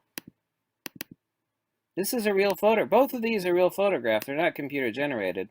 You're looking at a vortex on one pole here and another vortex on another pole here. Except you're looking at it edge on. The only thing you're seeing is literally a vortex on either side of a magnet. Now, a magnet does not have poles, technically. Well, sure it does. It has a north pole and south pole. No, it doesn't. It actually has the inverse. We have to define magnetism specifically. It has the inverse of Euclidean space. See, the conjugate nature of the universe is very, very simple, except human beings are very, very dumb. This is the hyperboloid.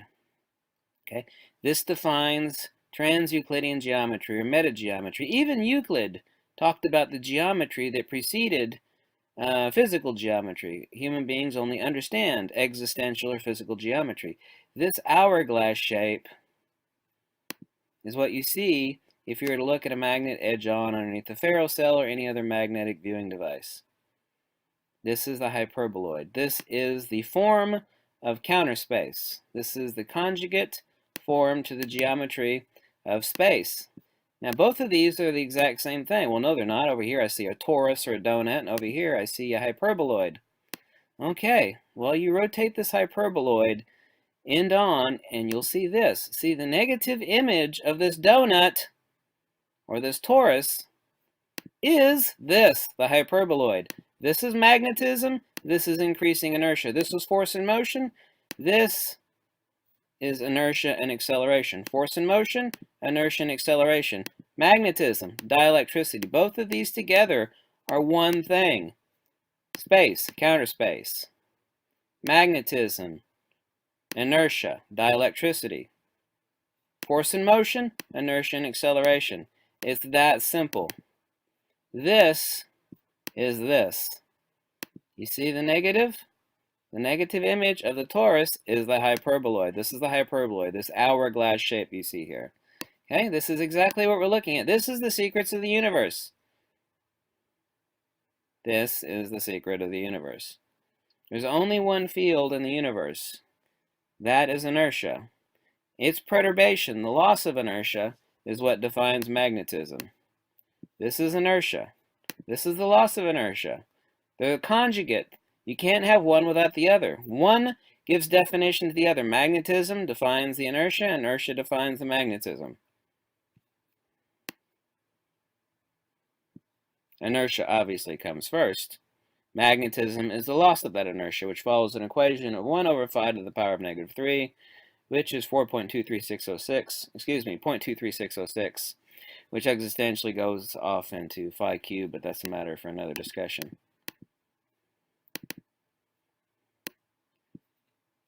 Coherent light, coherent field. It doesn't matter. Whatever viewing material we're looking at, and no one's ever discovered this secret, is the exact same thing. The hyperboloid, the torus. You see this void right here? This is the same thing as we see over here. This is magnetism. This is looking edge on. This right here is the same thing as this over here. It's the hyperboloid, the torus hyperboloid. They're both one and the same. You can't talk about one without talking about the other. One gives definition to the other and vice versa. Now this is a coherent.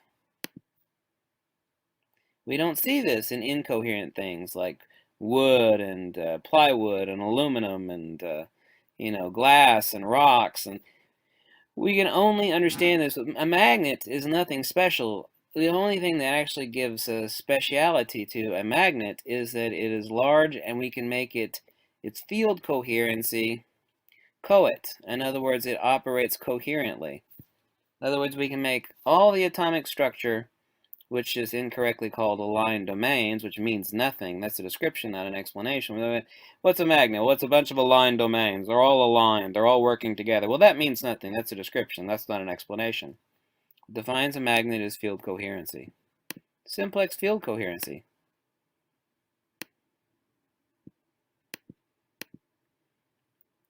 This is the shape, the geometry of the entire universe.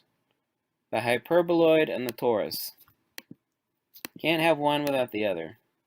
Inertia obviously comes first. This is it. The hyperboloid and the torus. You are looking at a vortex. When you look at the face of the magnet, you are looking at a field vortex. This is this. These are one and the same thing. It's undeniable. It can't even exist any other way. It's irrefutable. Anyway, thanks for watching. And this is the secret of the universe in its divine simplicity. Why? Because Mother Nature is not a crazy hooker with a calculator. She doesn't do math. She doesn't do math at all. She doesn't have a calculator, only understands two things: force and motion, inertia and acceleration, convergence and divergence. The universe is that simple. No math is needed to understand it. Only wisdom. Thanks for watching, and I'll catch you later. Bye. Okay, here's a quick little primer that you would think would be divinely simple, but it's not. There are 4 archetypes of ether and energy movement in the universe: circular, radial, spatial, counterspatial. So you have spatial, counterspatial, circular, and radial. This, of course, would be our magnets. Now, of course, I have the dielectric inertial plane and crude analogy here, but you can see how you derive absolutely everything from one simplex principle of the ether plane. Take one single sheet of paper with straight lines with arrows on it. You can make circular ether modalities, centrifugal, centripetal, inertial, radial, divergent, convergent, charge, discharge. Nature does not move in straight lines. Obviously, this isn't a perfect circle for obvious reasons, but the principles are the same. Nature has no straight lines. So why is everything in nature a vortex? Shells, magnetism moves in a vortex away from the dielectric inertial plane. Now, this would be a perfect circle moving centripetally. It's inertial, centripetal, and is dielectric. And these, of course, I do not have represented the centripetal returning vortex here to show you for a demonstration. I only have the centrifugal vortex. And both of these are wrapped the same way. This one is moving clockwise and the opposite side is moving counterclockwise. So, what does this mean? You take any fulcrum in nature, charge, discharge, convergence, divergence, centripetal, centrifugal, spatial, counterspatial. Everything works off of one fulcrum in the universe, the ether. You can get all archetypes of energy movement and all archetypes of energy: dielectricity, magnetism, electricity, mass/gravity, from one single principle: radial, circular, centripetal, centrifugal, inertial, spatial. This would be spatial. There are no fields expanding into space. Space is a posterior attribute to any field. We have our centripetal, inertial, counterspatial, dielectric plane, which drives the magnet. These are two forces that move opposite each other in a binding conjugate system. This is magnetism moving spatially, centrifugally and centripetally. This seems simplex kindergarten grade level stuff, but there are electrical engineers, actually most, who do not understand this principle. This is how you can derive dielectricity, radial, electrical, gravity, magnetism, from one simple principle. These twisted cones, I just cut them right there so you could see inside. You see you have clockwise centrifugal here. I did not represent another cone for the returning magnetism. I should have put another cone in there, but it would have convoluted your understanding of things. In a true magnet, of course, this was the centrifugal, and we have another returning centripetal, but it would look exactly the same, except a smaller cone moving in the opposite direction towards the center. So, every archetype of nature works off of one fulcrum, like a dog tied to a pole that's trying to move away from the pole. As it moves around in its stupidity, it draws a centripetal pattern. It winds up the rope around the pole. If it moves in the opposite direction, it's making a centrifugal spiral pattern, but it is only moving radially. Just like anything in nature, everything has its own fulcrum. Charge, discharge, centripetal, centrifugal, spatial, counterspatial, divergent, convergent, circular, radial, If you do not understand this, you will understand nothing about what Tesla did, the fundamental principles of all energy and ether modalities and movement. This is how you can derive absolutely every principle in nature from this. Just as an analogy, this is a crude analogy, but I hope you get the understanding. If you do not understand this, you will understand nothing about magnetism, you will understand nothing about dielectricity, you will understand nothing about mass as it accumulates, i.e. gravity, because electricity terminates into magnetism and dielectricity terminates into the creation of neutron particles, which ultimately, independently, immediately form protons, almost immediately, and therefore you have hydrogen. All dielectricity terminates into the creation of mass, i.e. matter. That is why mass is spatially accumulative, but its field is counterspatial, is centripetal. Now, please try to soak this in, because if you're trying to understand the principles, the archetypes of energy movement, you have to understand that everything in nature works like a fulcrum, just like a dog on a chain tied to a pole in the yard, moving around, wrapping itself up, moving the other way around, unwrapping itself out. That's a really crude analogy. A true analogy would be like two children on a seesaw, moving back and forth, spiraling off of a single fulcrum. And if you have a fat kid on one end, then you've got charge or discharge representing the fat kid versus the skinny kid. It means everything is working off a single fulcrum, and that fulcrum is the ether. People say, oh, well, the ether. Well, the ether is the principle behind Tesla, Faraday, Steinmetz, Maxwell, Oliver Heaviside, and before Einstein lost his bleeping mind, he said that relativity cannot exist without the ether. Of course, Einstein was a mental midget, and he reified space as something that does something, but space does nothing. All space is a posterior attribute to fields. Fields come first. Space is just a mental perceptual mind screw of human understanding as it's interpreted by our pathetic little senses. Space is a posterior attribute to spatial creation, expansion of centrifugal divergent fields. Their interaction, their interplay, of course we're living in an ocean of fields upon fields upon fields. Our bodies are made up of magneto-dielectric inner atomic fields, wrapped within fields, walking around in fields, inside the field of the Earth, inside of the field of the heliosphere, inside other fields, influenced by other fields upon other fields, compounded, infinite complexity. But divine, behind all of it is divine simplicity. Absolute, simplex, divine, extremely simple. So understand the four archetypes of nature: radial, circular, spatial, counterspatial, convergent, divergent, centrifugal, centripetal. Everything can be derived from the single premise of this. Those are the four archetypes and the modalities of energy and movement in the universe. If you do not understand this, any further understanding upon the principles of gravity, magnetism, dielectricity, mass, gravity, they will be permanently blocked to you mentally in your comprehension. Thanks for watching. Okay, I wanted to explain to you some of the simple principles of magneto-dielectricity, and it is impossible for you to understand the nature of ether and of how a magnet works without understanding the incommensurable nature of magneto-dielectricity.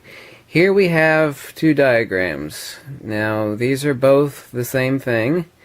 These are transmission lines going in opposite directions. These are AC transmission lines. Over here you can see a ferrite representation, iron dust around transmission lines going in the opposite direction, and here you see the centripetal polarization, the circular radiative spatial magnetism circulating around the transmission lines, and this is from James Clerk Maxwell, same diagram of AC transmission. The red represents magnetism circulating around the dielectric. The closer the AC transmission lines, the higher the capacitance, the higher the dielectricity, and the further away, the more magnetism that you have. you can see that magnetism circulates around the dielectric. Now, if you were to actually connect these two, what you would have would be a dielectric inertial plane is found within any magnet. It is not really any different. It's the same thing. If we take these 2 points and connect them, we have the dielectric inertial plane of a permanent magnet. So let's draw out a permanent magnet now. Say it's a cylinder magnet. Here we go. Remember, this was originally an AC transmission line. Nature is really simplex, okay? It is not necessarily simple, but it is simplex. It's easy to understand if you know what to look for and the right ways to look at it. So here we have, you went from an AC transmission line to a permanent magnet. Look, here we would have our quote-unquote North Pole or South Pole. Doesn't matter, it look the same. This is the incommensurable nature. Now, we both know, or maybe you don't know, that if you were to cut any magnet along its vertical plane, say are able to take this magnet and cut it 1,000 times, top to bottom, each section would be absolutely self-similar as the entire magnet itself. You can do this by breaking a magnet or cutting it in half. Of course, neos are rather expensive, but you get the point. Over here we see the same thing using a ferrous iron dust around a current going in the opposite direction. You see we have our circular magnetism, and between those two we have our dielectric current between the wires, and the point at which those two meet is the point of electrification. The cross points of all magnetism and dielectricity, these points at which magnetism and dielectricity meet, is the point of electrification. That is the ether under dynamic polarization. As we've already proved, now this is our AC transmission line. This is looking end down, going down the transmission lines, our alternating current lines. But this is also the same thing as our permanent magnets. There is no difference except one is a dielectric electrified object from charged capacitor banks into an induction coil, which spins up this specific Magneto-Dielectric incommensurable geometry that makes our permanent magnet. This is the inertial plane. You see here, this midpoint right here? This is the exact same midpoint you see here on our viewing film. No difference. That is it. This is a 2" by 1" neodymium iron boron, and this is the inertial plane. Same thing over here. That is our inertial plane. That is how every magnet works. If you understand how a magnet is made, you still wouldn't understand how a magnet works, because the people that make them also don't understand. They just know how to recreate them. So that's that. So how does a magnet work? Well, we'll have to answer that over several videos here, but we'll use our moire patterns, for example. And take a look here. We have clockwise and counterclockwise spin, and if we bring those together, what you would call attraction forms this pattern. And I just use this as a demonstration model of moire pattern. You can see clockwise and counterclockwise coming together. This is attraction, acceleration. What it is actually, technically, is dielectric avoidance. It is counterspatial slipping into counterspatial. That is the nature of dielectricity. Faraday called magnetism, called it the dielectric field, which is what it is. Remember, ether is ether is ether. Doesn't matter whether it's gravity, electricity, which is dynamic polarization, or magnetism, or dielectricity. They are all modalities of the same thing. Now, to prove that, recently discovered, here's a special micron-thin layer of ferrofluid sandwiched between two high-grade optical cut glass segments. And if we take a look closely here, exactly as I predicted in the book, and I did not see this before, finding out about this particular object, you will see the exact same pattern. What this is a magnet behind two pieces of glass, in between which is sandwiched micron-thin ferrofluid, and around which the circular glass are LED lights to illuminate the magneto-dielectric pattern as the magnet is moved. And this is one pole of a magnet, and this pattern avoidance around the field is exactly the same as over here. This is centrifugal divergent magnetism combining with the dielectric. It is incommensurable.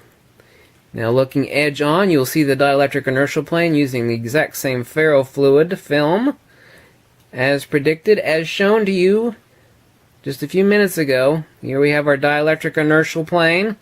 Here we have our dielectric inertial plane. We have either pole of our little cube magnet behind the ferrofluid film of micron thin behind the two layers of optical glass.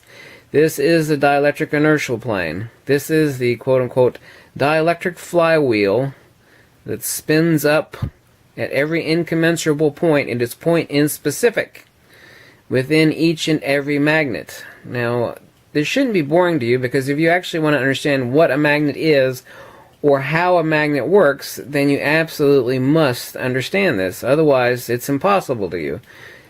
Remember, like I said, ether is ether is ether.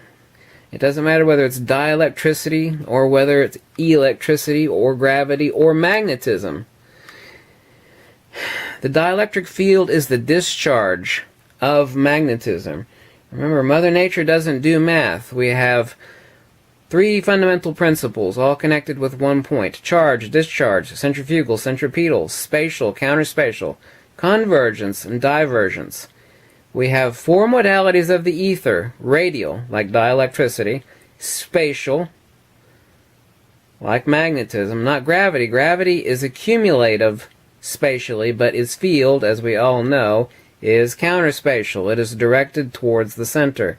That is why electricity and gravity are the byproducts of dielectricity and magnetism. That's why they have attributes of both, because they are a modality of the combination of both.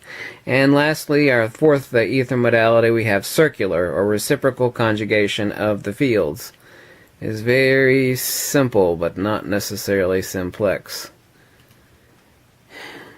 Here we have our circular magnetism, our radial dielectricity, the combination of which over a time variant gives us electrification. Electrification, the same as our magnet, looks exactly like this. See, we have our z-axis expanding, z-axis spatially expanding, i.e. discharge. Remember, magnetism is radiation, is discharge definitionally. And we have our dielectric inertial plane, our charge point, our fulcrum, our gyroscopic flywheel of dielectricity. That is the incommensurable nature, the magneto-dielectric geometry of what a magnet is, and trillions of atoms compounded upon each other.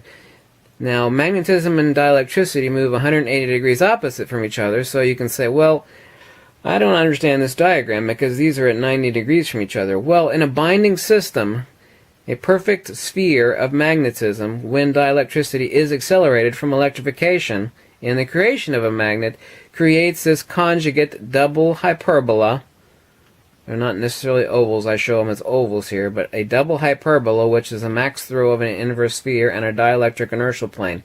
This is 180 degree opposite movement in a binding system, like a dog tied to a chain that's hooked to a pole. The maximum throw is this double hyperbola and accretion-like disk of dielectricity. Like I said, you can cut a magnet 1,000 or 100,000 times along its polarity, and you will end up with 1,000 or 100,000 identical north and south pole, for lack of a better term, which is not polarity. It is radiation, which leaves centrifugally, divergently, and returns centripetally. But this is the binding system. This is the quote-unquote magic geometry of a magnet, because there is a disequilibrium between the magnetism and dielectricity in the inner atomic. Now, Here we go again, proving my model once again. This is not a diagram. This is an actual picture of the centripetal point using the ferrofluid and the two discs of one side, one pole of a magnet. Proving exactly what I said to you before. Look, do those look the same? Oh my goodness, yes. Was my theory and prediction 100% accurate? Do those look the same?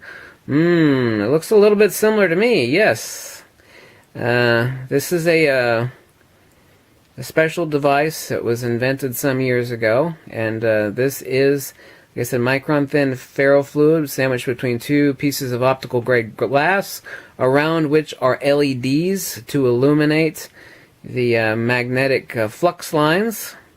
However, they're actually just ether modality field lines mediating out their pressure gradients against each other, moving towards each other and away from each other centrifugally, centripetally, divergently, and convergently. This looks extremely complicated, but this is a magnet outlined in white, but it is extremely simple. Centrifugal or divergent magnetism leaves the edge of either quote-unquote pole, returns centripetally to the access point at the very dead center of the opposite side, and inversely so. The centrifugal divergent magnetism leaves centrifugally and returns centripetally to the opposite side. This is our dielectric inertial flywheel. This is the electrical, although it's technically dielectric, incommensurability that is found within each magnet. And we say, well, if a magnet's spun up and each part's the same, then why is the dielectric inertial planet the same? And when we know if we bring two magnets together that the dielectric inertial plane will form immediately between the two. That's because it is always self-seeking, just like gravity. That is why dielectricity terminates into the creation of mass, the same way electricity terminates into magnetism. However, termination isn't the correct word, it is the radiation. It's the ultimate all extension, just like any fulcrum, must have a counterbalance. All charge culminates in discharge. All divergence ultimately culminates in a convergence. All charge ultimately ends in discharge.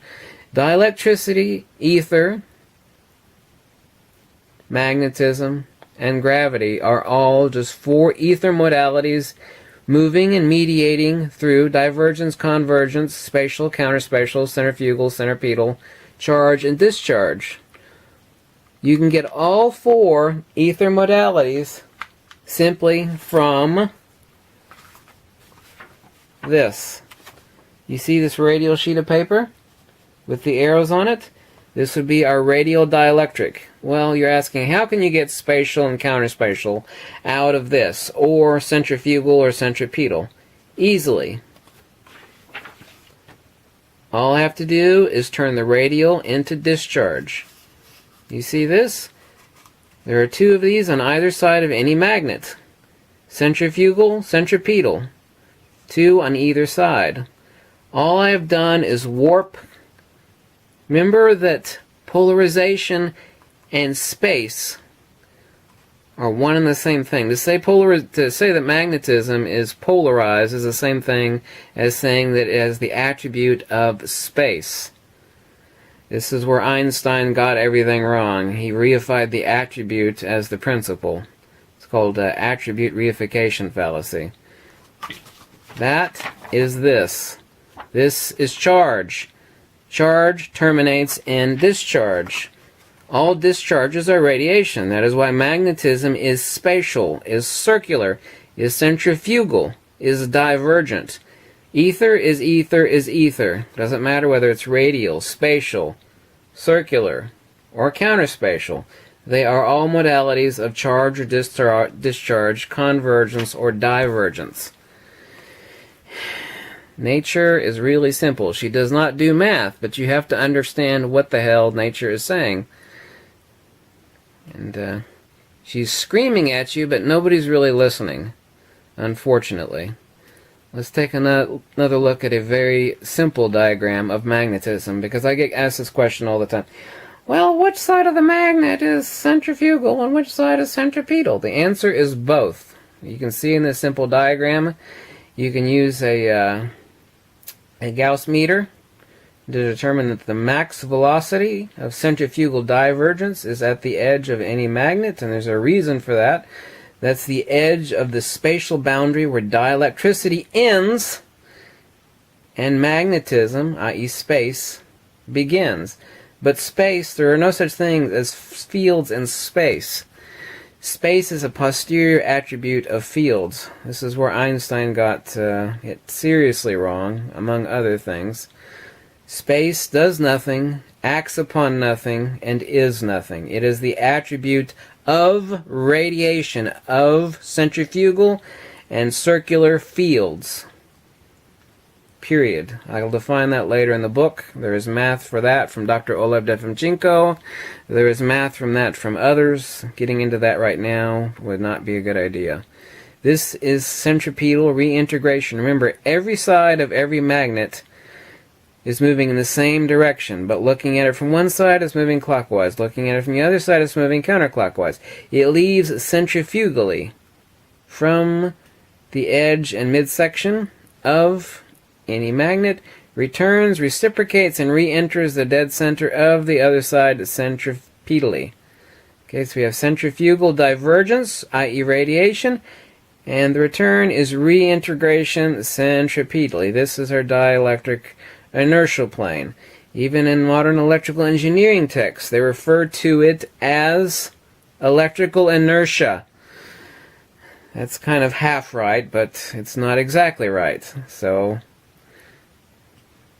anyway, let's take a look at some other diagrams. Here we've shown that my model of magnetism is correct using a micron-thin ferrofluid film. We have our dielectric inertial plane up here.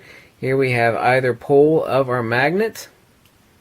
And we've shown to you that AC current in transmission lines, same thing that's running down your street right now, if you look at it end on, it is the exact same, almost exactly the same. The reason being is that it's not bound by a physical object. There are only two wires going down the street, but the model of the dielectricity and the electrification and the centrifugal and centripetal magnetism are the same in AC transmission lines just as they are in any magnet. Neodymium or even cheap speaker magnets, still the same.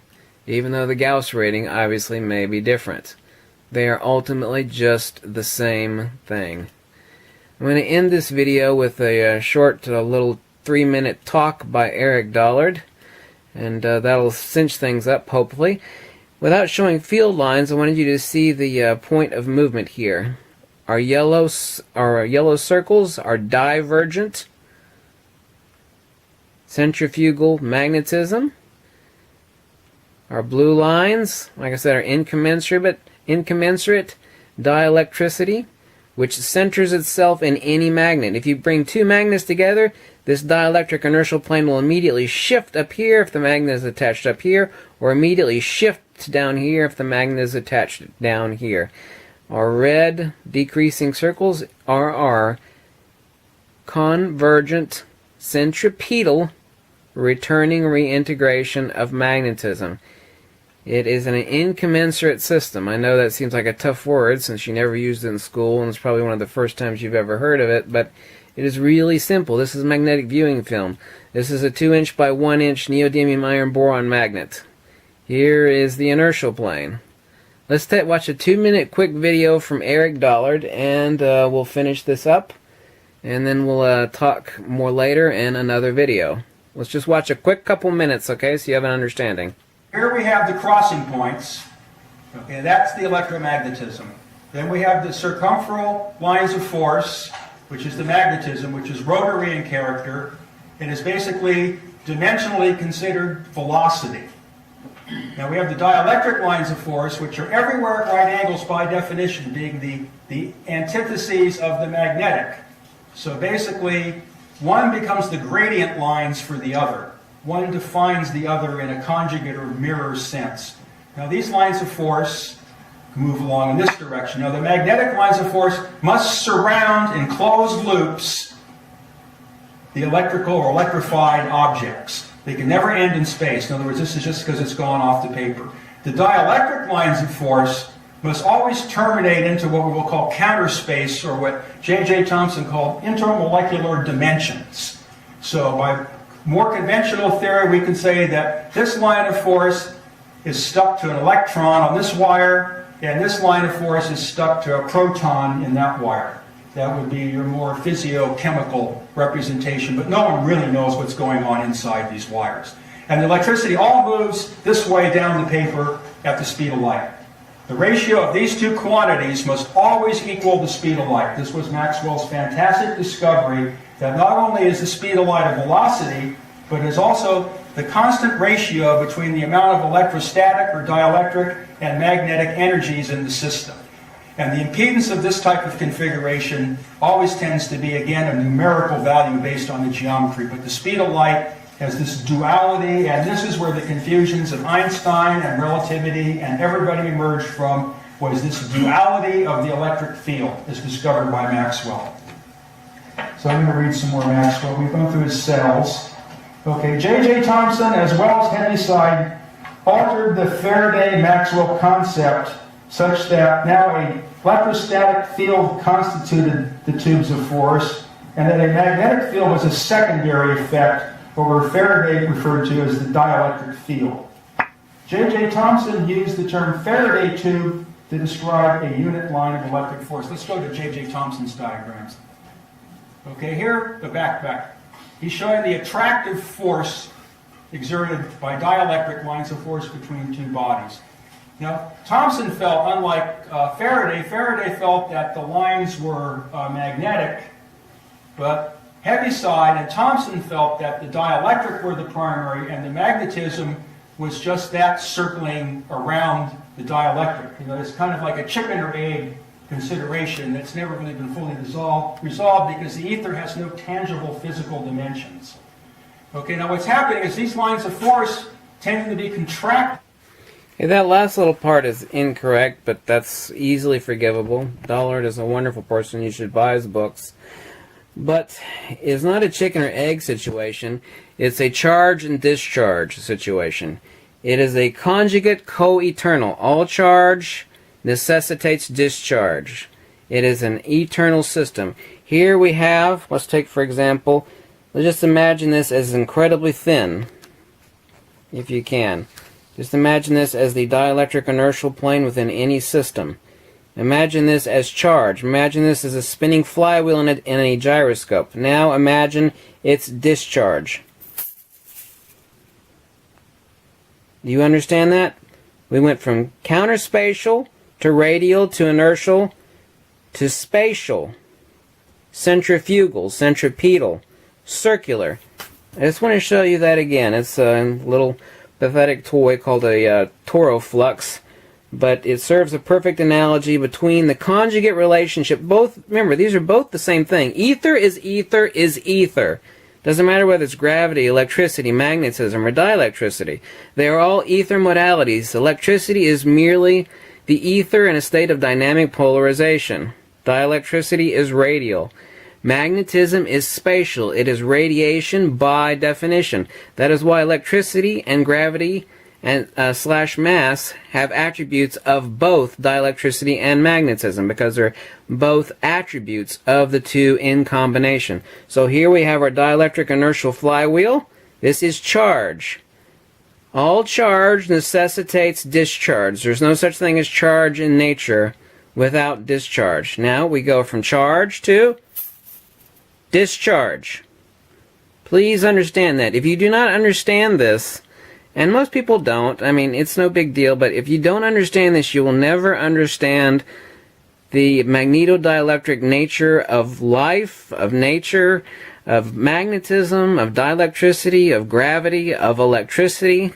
Everything is a conjugate relationship in two co-eternal principles. It is inseparable. It is undeniable. The entire universe works this way. Charge, discharge, convergence, divergence, spatial, counterspatial, centrifugal, centripetal. Spatial is radiation only. Radial can be generation or radiation. Circular can be generation or radiation. Counterspatial can be generation only, charge only. Spatial, like I said, can be radiation only. Anything that is spatial is radiation by definition. The entire universe is powered by electricity and dielectricity, but its volume, i.e. polarization, i.e. space, because space is a posterior attribute of discharge. There are no such things as fields in space. There is only space as an attribute to and posterior to all discharging fields, such as magnetism, either in the magneto-dielectric interatomic or otherwise.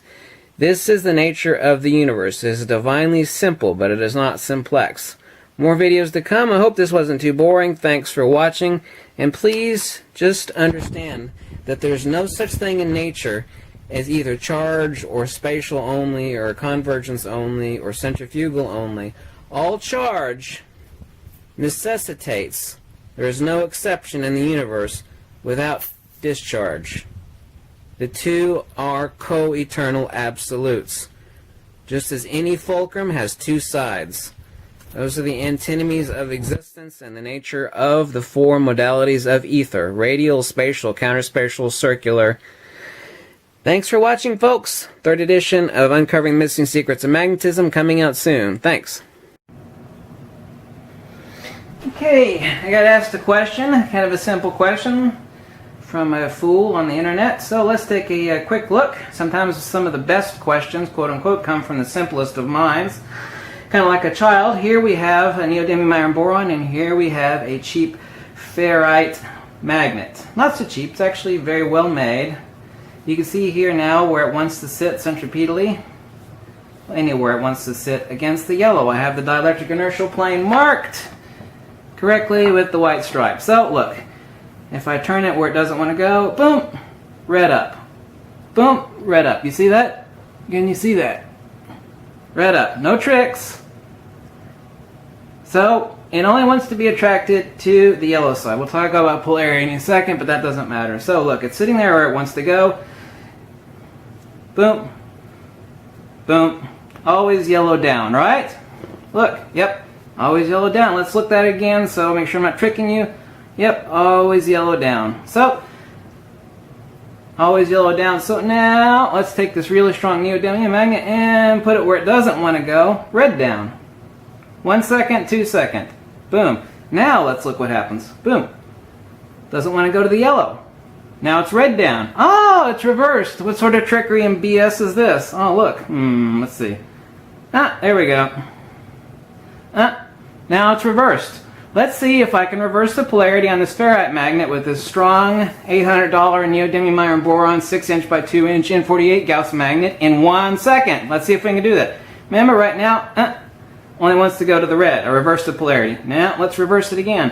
1 second. Boom. Now, boom. We reversed it again. Only took 1 second to change the polarity on this ferrite. Why is the answer to that? Well, think about it. Let's prove it. No trickery here. Hope you can see it. Boom. Only is attracted to the yellow. Forget about polarity right now.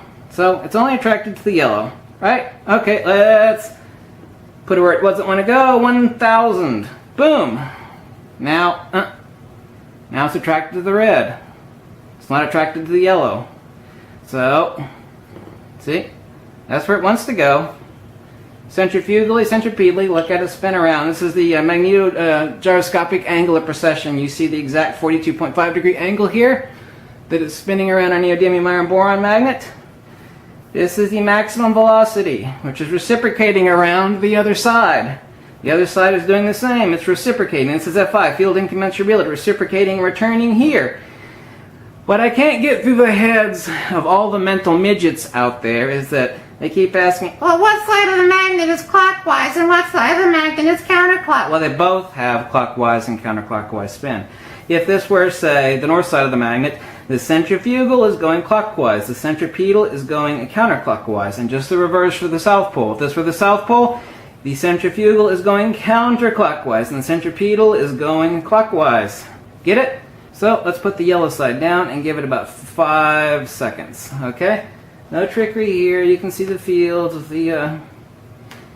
There's nothing in this case. This is what I used to transport it in. No trickery, no electrical devices. Very simple, okay? So, now we've reversed the polarity. Let's see what happens. Should have given it a longer charge. 1,000, 2,000, 3,000, 4,000. Let's roll it around. Yellow side attraction, right? Forget about polarity for a second, alright? Yellow side only attraction. Oh, there we go. There, see? Look. Yellow, look. Yellow side down. So let's reverse that now. Let's make it so it is yellow side up. Ta-da! Now look, it'll only want to process yellow side up. See that? This is the magneto-gyroscopic precessional angle of 42.5 degrees, as mentioned in the book, Uncovering Missing Secrets of Magnetism. Now look, we will have flipped the magnet, just like I said, yellow side up. Let go, boom, yellow side up. No trickery, no hand movements, no illusionist BS. I let go of it immediately, boom. The lattice structure, the hexagonal lattice structure of the neodymium iron boron magnet holds its charge. Someone was saying, well, why can you put two speaker magnets together and they'll destroy themselves? Well, it's the interatomic magneto-dielectric nature of the incommensurable field of a magnet, or what we deem to be a magnet, which is technically a dielectric object, which holds the dielectric charge extremely well on a neodymium iron boron magnet, but not on the cheap speaker magnets, the really old crappy speaker magnets anyway, or a ferrite magnet like this. You see? How I only get attraction to the yellow side here? Doing it one-handed. Yellow side only, right? Look. Boom. Immediately to the yellow. Put it over here in the centrifugal. You see this specific angle, that 42.5 degree angle? That's the gyromagnetic precessional angle. I didn't create that or invent that. If you actually research magnetic resonance imaging, they know about this gyromagnetic precessional angle. So now let's see if it's reversed. Well, of course it is. Look, yellow side up. Oh my God, no trickery involved. Oliver Heaviside, when Relativity was published, lost his mind because he knew relativity was so insane. Oliver Heaviside painted his finger. The guy who gave you everything that you use today painted his fingernails pink and threw away his mattress and slept on a giant stone slab. He lost his mind and everybody fell for the nonsense and the BS of relativity, the cult of quantum, which is nothing more than rehashed Greek atomism. Unicorn particles and pixie dust discharge particles, muons, gluons, electrons, and all sorts of other nonsense. It has nothing to do with nature. Nature does not do math. Get that through your thick, bloody skulls, okay? Nature only knows centrifugal, centripetal, charge, discharge, convergent, divergent, okay? Doesn't work that way. Centripetal, centrifugal. Nature doesn't do math. What is absolutely simplex is not necessarily simple. This magnet is extremely simplex. Understanding it is not simple. Big difference between simplex and simple. Now, let's take one last look at this giant beast before I close out this video. Everybody says, well, what's that dielectric inertial plane bullshit you keep talking about? You just lost your fucking mind. I just know you're just fucking crazy. Well, you see it right there? Do you see that edge right there along the magnet? Do you see it? I hope to God you see it. Yes, right there. You see it? That's the dielectric inertial plane, like the flywheel. Even some current day electrical engineering texts refer to it as electrical inertia, quote unquote. It's the same thing Heaviside called it. Steinmetz, James Clerk Maxwell, Tesla, the guys that invented everything that is running your computer, your lights, okay, your refrigerator, the bloody computer that you're on right now. You see that thin line right there? That is the dielectric inertial plane. There are trillions and trillions and trillions and trillions of, for lack of a better analogy, gyroscopes, not literally gyroscopes, but the magneto-dielectric geometry of a gyroscope, perfectly lined up this way with their flywheels along. What is driving a quote-unquote magnet is right there. Everybody thinks, well, the magnetism's over here, it's coming over here, and it's entering over here. Well, yes, that's true, but what is driving that? Magnetism does not exist by itself in nature. It is always driven in the termination of something else. Either electricity or dielectricity is driving it. Inside the inner atomic, what is the inner atomic volume between the discharge circumference of an atom and its nucleus? The quote-unquote air, for lack of a better term, of the inner atomic is magneto-dielectricity. How a magnet like this or any other, a good one, a cheap one, a shitty one, a ferrite magnet or a neomagnet, is created by discharging capacitor banks, zapping a magnet, which spins up this, for lack of a better analogy, you can read about it in the book, this magneto-dielectric incommensurable field geometry. This is the inertial plane. This is magnetic viewing film. However, it doesn't actually show you polarity. It shows you the dielectric inertial plane. So, as far as the questions that I keep getting, well, which side of the magnet is the centrifugal and which side is the centripetal? Both. The answer is both. I hope you understand that. The centrifugal is here. Centripetal is here. Let's take a look at this magnet. Oh, okay. This is the North Pole. This field finder is actually reversed. The color should be inversed. Now, it's painted correctly on the magnet, but it should be inverse on how it's painted here. So we know that this is the North Pole, which means that the centrifugal is leaving clockwise, and the centripetal, which is returning from the centrifugal from the other side, is returning counterclockwise, and inverse for the South Pole. If this were the South Pole, the centrifugal would be leaving counterclockwise along this edge. That's where max velocity is. You can see it right there. Do you see the max velocity around the centrifugal, i.e. this edge? That is the centrifugal divergent magnetism leaving and reciprocating. This is field incommensurability. This is field reciprocation. This is not spin or movement, okay? This is something different. It is called field reciprocation. Together with the dielectricity is Fi, or field incommensurability. It's returning, you can see it right here, got new magnetic viewing film. You can see a little tiny bright spot right here. That is the centripetal point of the returning divergent magnetism from the south side or the north side, depending on which way you have it, returning here, either clockwise or counterclockwise. As I've stated, with my magnetic field finder, this is the North Pole. So, centrifugal is leaving clockwise, centripetal is returning from the other side, counterclockwise.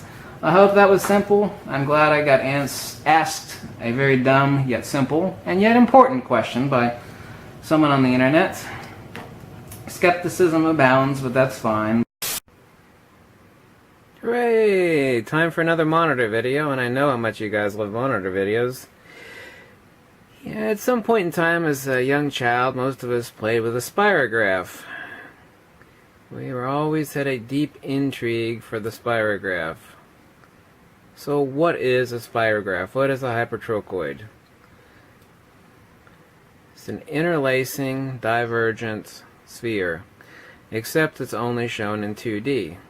So our minds need to wrap ourselves around what is happening on polarization. Since we know magnetism is radiation, is divergent dielectric discharge, is the dielectric field, quote-unquote, by Faraday. So what is a hypertrochoid pattern? Here's a picture I took a couple nights ago. You can see this is a very large ring magnet. Here we have our centripetal, convergent. The black line is, of course, the ring. And out here we have another hypertrochoid pattern of our centrifugal divergence. But even with the holographic-like 3D depth of field that you see on a Ferro cell, you're still only seeing, let's call it 2.5 dimensions. And you can see some depth at an angle. So what is happening in a hypertrochoid pattern? We know that we're getting centrifugal divergence along the outer edge of our magnet, centrifugal divergence, and is reciprocating, returning to the other side if this were the other side, and returning centripetally. So how do we get this pattern? Well, simple Platonic logic, and especially Euclidean geometry, because if you can't model it with Euclidean geometry, then it isn't natural. Complex math and algebra is necessary for complex interactions, but the very most simple things in nature can be solved with very simplex Euclidean geometry, and I assure you, simple magneto-dielectric field conjugation in a quote-unquote magnet, which is a dielectric object, this can be very easily modeled using Euclidean geometry. Now, before getting to that proof and proving my 10-year-old theory that I copyrighted, 1 over 5 to the power of negative 3, and a discovery I made in Plato's Republic 509d to 511 that dates all the way back to Pythagoras, because even though Plato recorded it, doesn't mean it originally belonged to Plato. We have to ask ourselves, what is spin, what is the vortex? How are we getting a divergent radiation? Remember, we also have to take into account a gyromagnetic precession, obviously. Here's a picture taken by Michael Snyder in Louisville using an extremely large Ferro cell ring magnet. So, here we see our centrifugal divergence and our centripetal convergence. We're able to dilate the centripetal and eliminate, able to see both separately by using a large ring magnet, but I can assure you can actually see this on a non-ring magnet. You just don't get as much dilation, so you're able to see both clearly. So why is this not expansion? Well, this is rotation. This is not movement, this is rotation, like in a nucleus. Well, you're thinking, well, one side's moving clockwise, the other side's moving counterclockwise, so they're both moving in the opposite direction. Well, this is rotation. We have both divergence and gyromagnetic spin. Gyromagnetic ratio. You can only move this way. Well, you're thinking, well, you're moving your right hand clockwise, and we look over here, you're moving your left hand clockwise. Well, let's look at both at the same time. This is the only way radiative divergence can exist. Not only do we have this in divergence, but we have gyromagnetic spin, because obviously trillions and trillions of atoms in any magnet, quote-unquote, acting coherently, the incommensurate magneto-dielectric geometry, double hyperbola, accretion disk, focused at, concentrated at the midpoint of the physical magnet. This is the only type of divergence that can exist. Obviously you can't see my hands very well. Yes, I have a magnet tattooed on my hands. I'm glad you noticed that. I also have my formula from 11 years ago, 1 over 5 to the power of negative 3. More important than my discovery of how magnets actually work. Believe it or not, I've got almost 400 pages written about that one discovery alone, which actually all led to this starting 11 years ago. I proved the theorem a couple nights ago, my 2 theorems. Anyway, let's look at divergence. It can only occur this way, and including gyromagnetic precession. This is incommensurability. This is divergence. So, what are we referring to? Obviously, we're only looking at centrifugal divergence here, and not centripetal convergence. Just imagine we're only looking at the centrifugal divergence. This is the same hypertrochoid pattern that we see on our Ferro cell, except you're only seeing centrifugal divergence off of both sides. Obviously, not both. Simple enough? Let's see, what does that look like? Kind of looks like that. Yes, that's right. Now we know what's happening, or at least you're starting to get a clue of what's happening. So where's the math for it? Where's the formula for it? Well, I've got it, I can assure you. It's been proofed. I had the math before I had the final proof, but before we get to that, let's take a look at what is happening on our magnet. We're only looking at one side. Here we have our facing side of our magnet. Black line here. Now you see, opposite side divergent centrifugal. So we take a look at our red arrows. If you actually trace any red arrow, you will see it comes around. You have to imagine this in 3D, and then centripetal convergence here. Same thing all around. Black line, centripetal convergence on facing side. Red line, ultimately the red and the black connect, as you can obviously see. Red all the way around to black, centripetal convergence. Red is divergent centrifugal from the other side. Just imagine this, an incredibly thin disk magnet. Centrifugal divergence from the other side to centripetal convergence here. We're only looking at one modality of divergence. Obviously making it more complicated than this, you wouldn't understand it.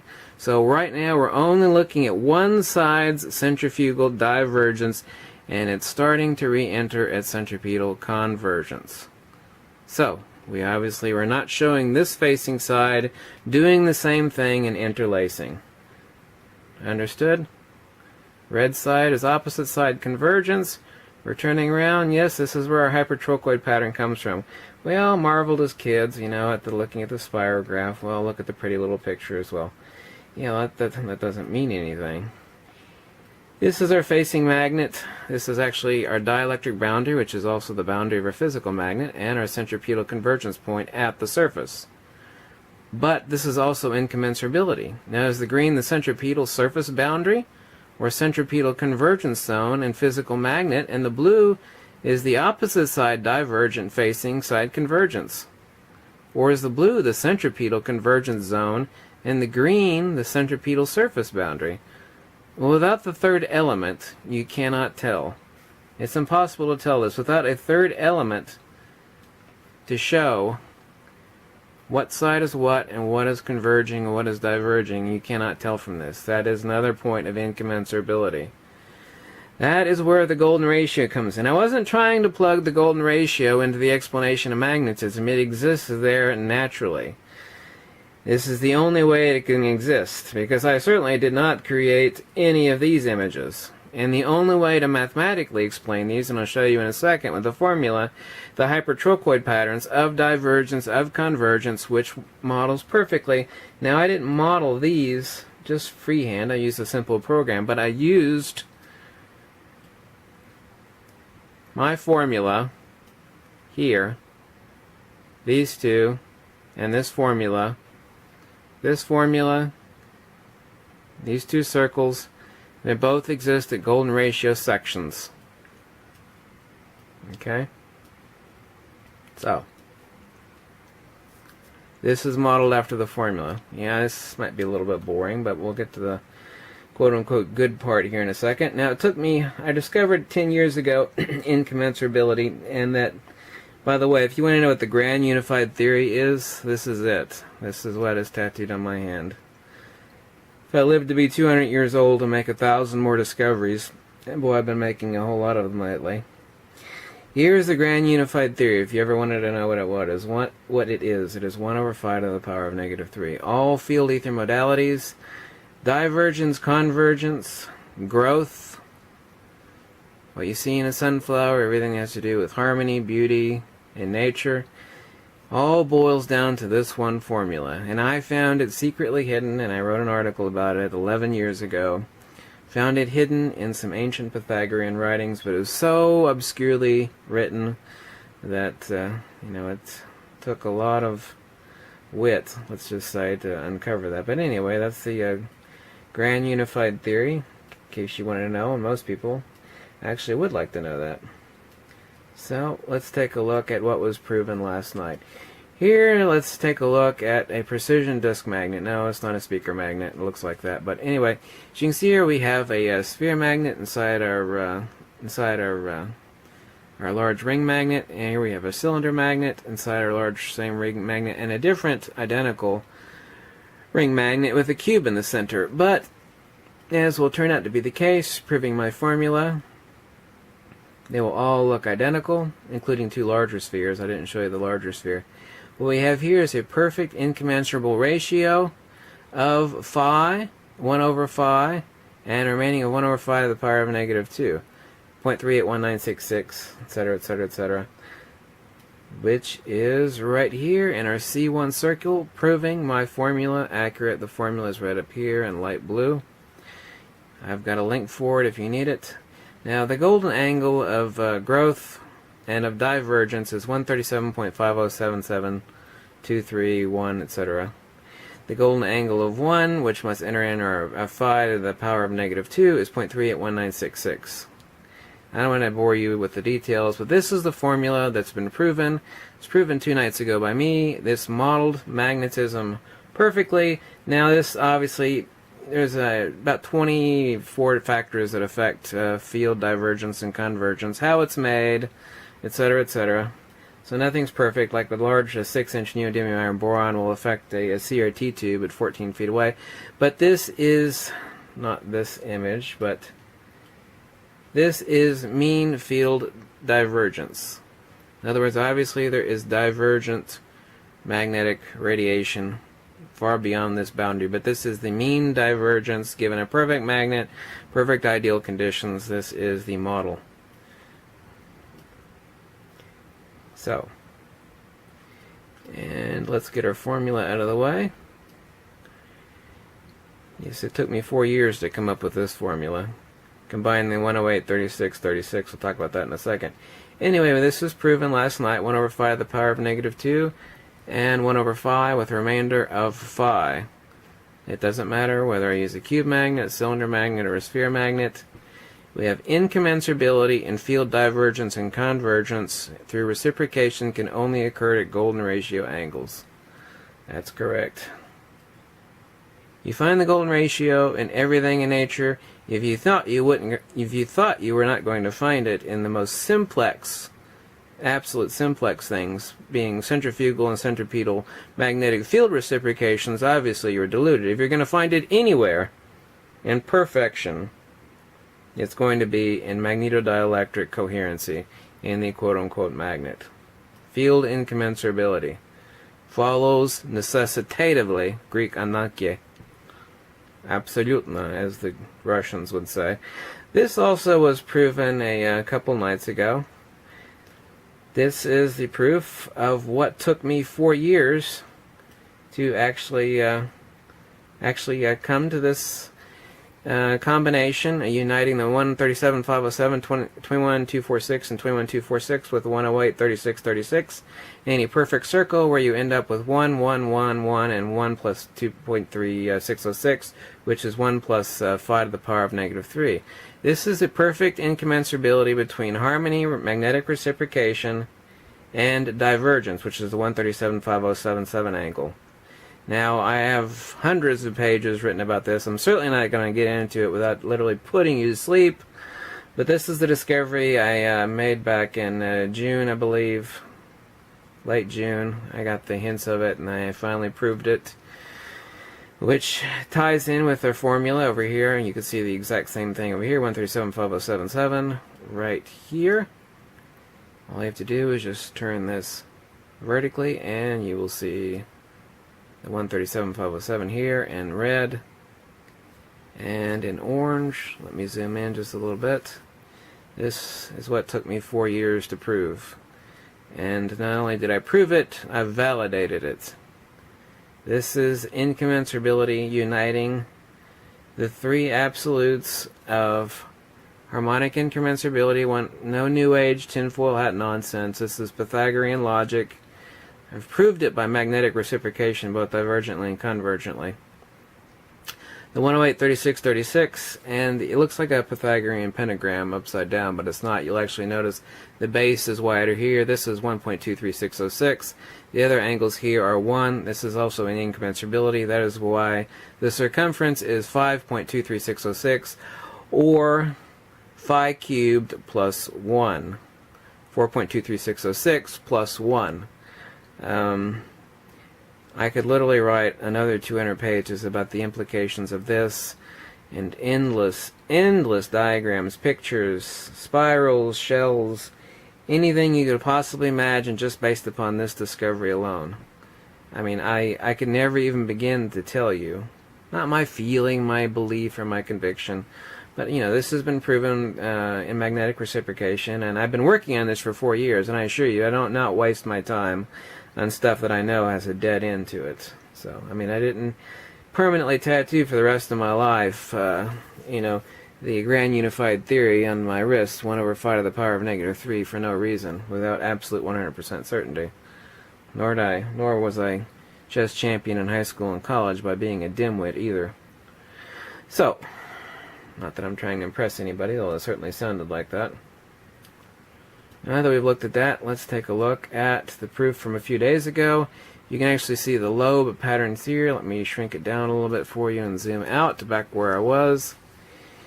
You can see that I proved that in centripetal convergence by bringing the centripetal out using an extremely large ring magnet and using another, that my theorem is proved, which is phi cubed plus 1, 1, 1, 1, 1, and 1 plus phi to the power of -3, which is 0.23606, or phi to the power of -3 plus 1, which is 1.23606. The total of which is 5 plus phi to the power of -3, or phi cubed plus 1. So, you can see our 5 lobe patterns here. This is the only way centripetal, and yeah, I should stop making these videos at 6 o'clock in the morning. The only way centripetal and centrifugal divergence can exist and reciprocate, given divergent magnetic radiation from dielectric discharge. That is what magnetism is, kiddies, okay? As we stated in the other video, we'll make more videos on that. There is no such thing as magnetic attraction. Now, don't repeat that to anybody or they'll call you insane. Well, you know, magnets pick up iron filings, so you're just full of it, you know? We've had 10,000 years of people talking about magnets and magnetic attraction, so you're just crazy. That's just crazy. Well, it doesn't work that way. It's dielectric avoidance and counteravoidance. Magnetism is not driving the magnetism in a magnet, okay? It's only called a magnet for a reason, because lodestones would attract little iron dust, and so we have it deeply ingrained in the human consciousness of magnetic attraction as sex and beauty and harmony. I mean, absolutely, it is so insanely ingrained in the human consciousness from the day we were born, the notion of attraction. Physical attraction, magnetic attraction, animal attraction, something attracting another thing. And oh my God, what's the perfect inanimate object of attraction? Well, it is a magnet. So yes, there obviously is magnetic attraction. Well, I'll assure you, kiddies, I will prove it to you beyond any shadow of a doubt. Just don't repeat it to anybody else without letting them read the book. There's so much to add to the third edition. It's absolutely mind-boggling. I mean, just enormous amounts of biological experiments and other things, that some of which have actually blown my mind. Anyway, so here we have our 5 plus phi to the power of -3, 0.23606, or 5.23606. I've proven incommensurability via my formula that I've been working on for 4 years now. Discovery of 10 years ago. Here we see our hypertrochoid pattern, and hopefully now you understand what is going on. We all played, most of us did when we were young, with a spirograph. Of course, here we see our centrifugal divergence. Remember, even in a ferrocell, and I have other methods. The ferrocell is not the only testing method I'm using. I'm using CRT tubes. I'm using a special invention that I made. It's a nanoparticle suspension that actually shows tornadic vortexes when you place that over the centripetal point of a powerful neodymium, or like a samarium cobalt magnet, or even a ferrite magnet, but although not as quick. Gives you a nice 25-second display. I hope to possibly get it patented, but I mean, it's just amazing. You have a tornado in a bottle. It's my own invention. Nobody's, only about 4 or 5 people have seen it before. Hello, I was going to show you a new centripetal magnetic vortex analog that I invented a little over a month ago. So we wait for the special solution and the special suspension to come down. I have a larger demonstration of this mocked up, but it is currently being used and tested by another person. This special suspension is something different. It does not contain standard ferromagnetic material, but something else I won't describe.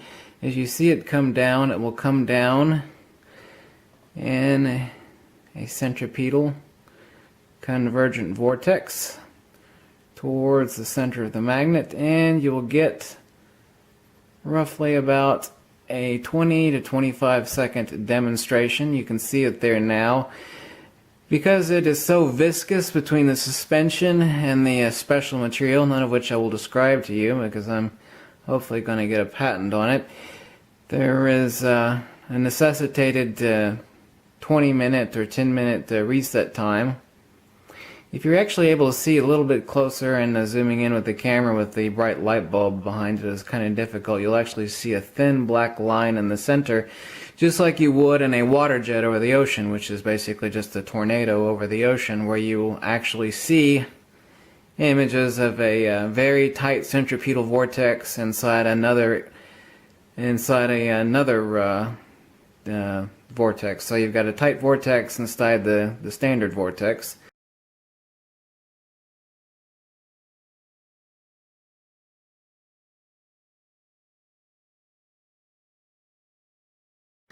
Let me get my other demonstration tool here, another one that I've already reset.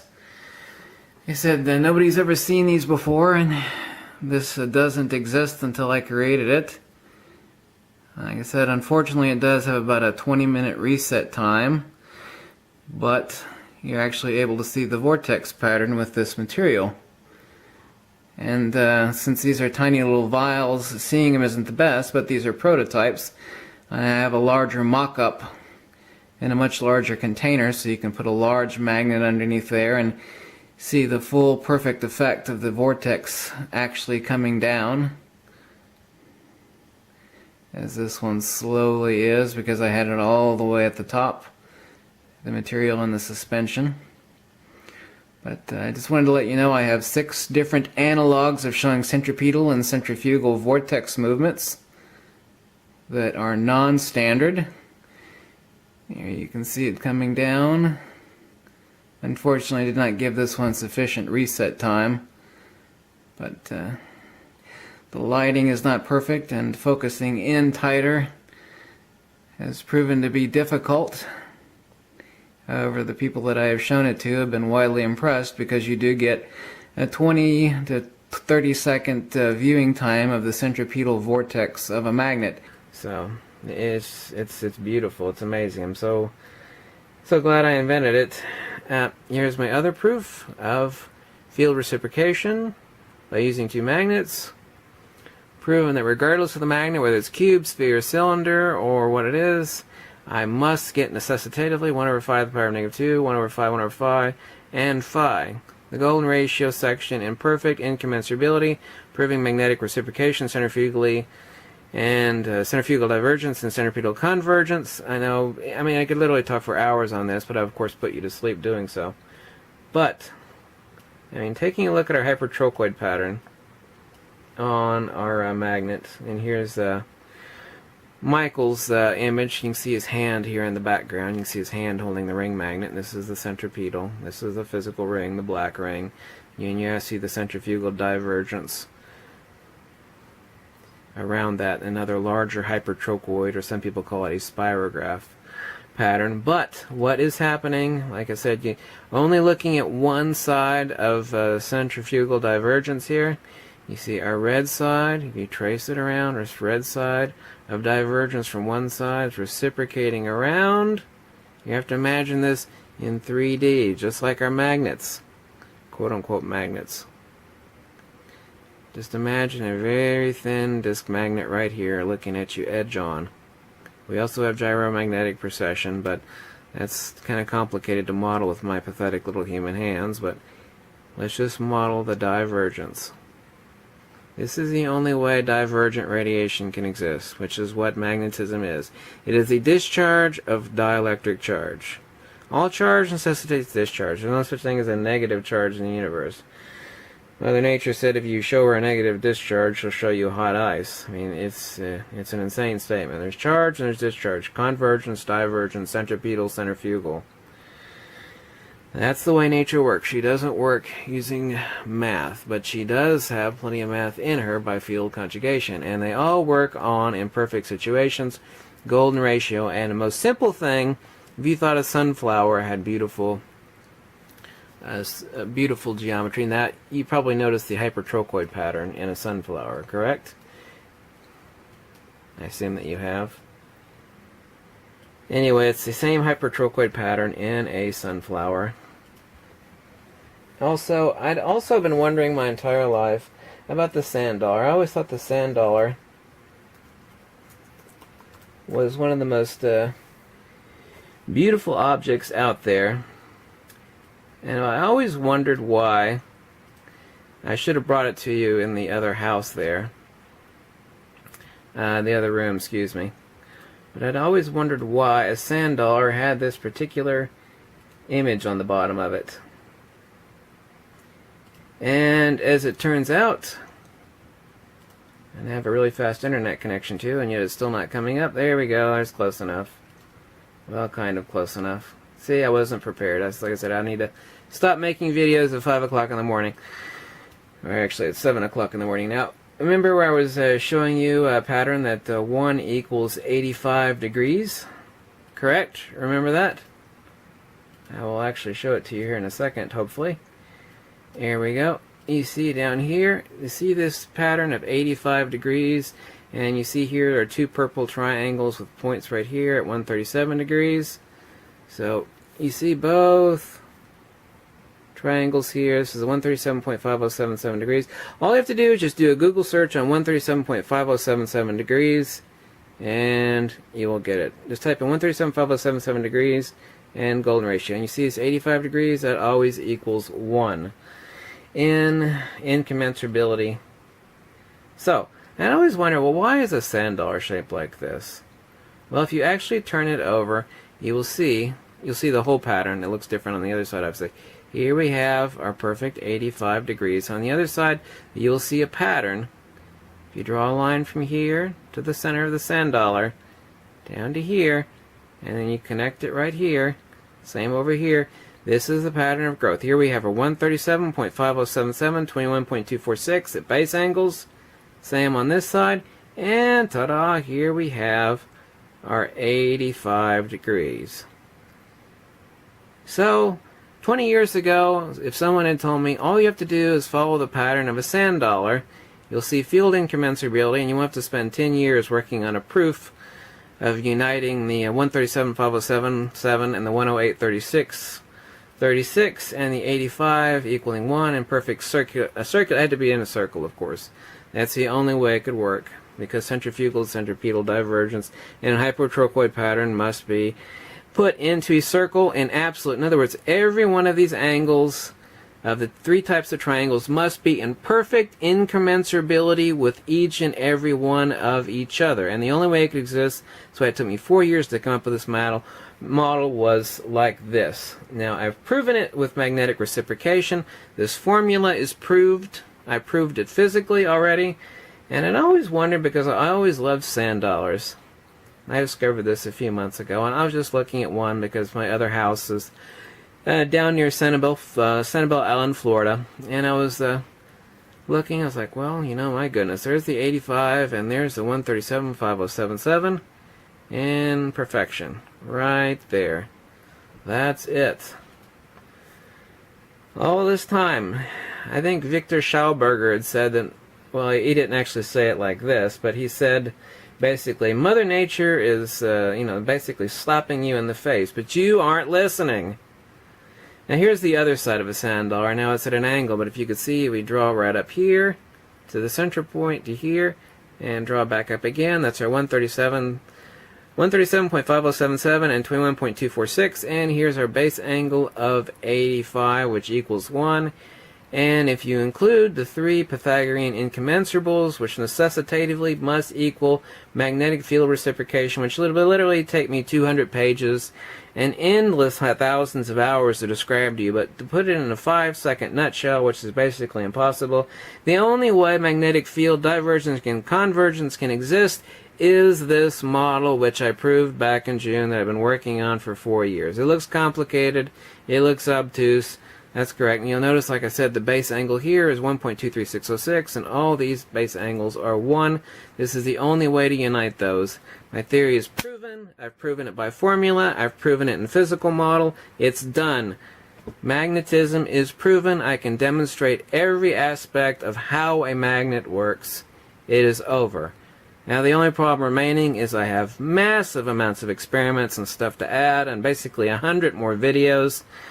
I'll try to make them more professional than a monitor view like this, but it's kind of hard to demonstrate all this stuff without using a monitor sometimes. So it's about the information, not about the professionality of the video. I'd rather watch a professional crummy video than a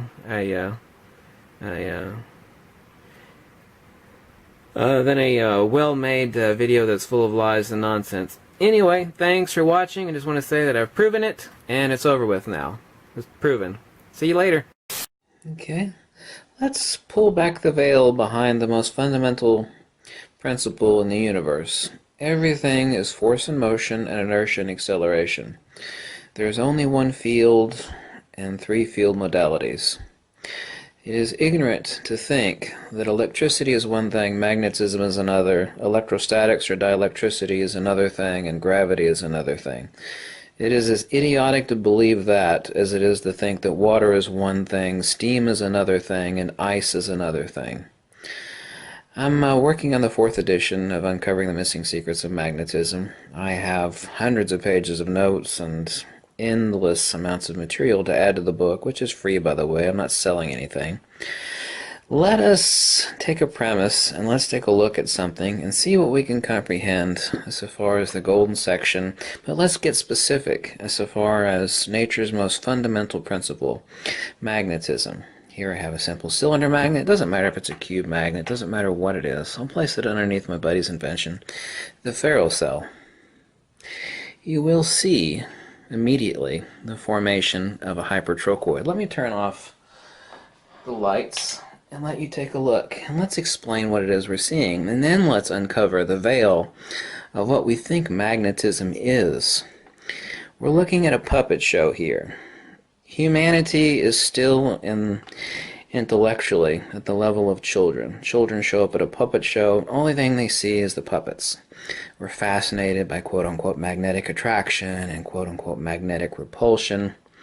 But these are the puppets, the strings, that which gives us interest. We make and invent all sorts of things that run off of magnets and magnetism. But there's never been, throughout all human history, and I own every book ever written on magnetism, a definition, the denotation of what a field is, by anybody, ever, period. I'll add that to the 4th edition of the book. Secondly, no one ever, even the great idiots of general relativity and quantum mechanics, will ever tell you that anybody's ever come up with the explanation for what magnetism is. Instantaneous action at a distance is beyond comprehension because it is not particle-based. It is literally not physical, therefore the realm of physics and theory regarding fields, specifically magnetism, has no quantification. All Maxwellian field equations have time differential plugins. A field is not based in time, nor is it in space. It is as it is, and is an autonomous modality, a field perturbation. Now let's discuss what magnetism is. Let's unveil it really simple. Okay? Talk is cheap, right? And you think, well, this idiot's going to talk. Take a look at what we're seeing here. Spirograph pattern. Exact same thing we see here in the pine cone. What we also see in the sunflower. You're seeing the hypertrochoid. This spirograph-like pattern, which actually follows the phyllotaxis, the golden ratio, technically the golden angle, of 137.5077 degrees, or 137.5 degrees. Exactly what you see here.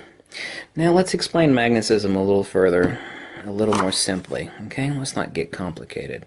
Here we have a quote-unquote north pole, here we have a quote-unquote south pole. A magnet does not have poles. Here we have a puppet show, and here we have a puppet show.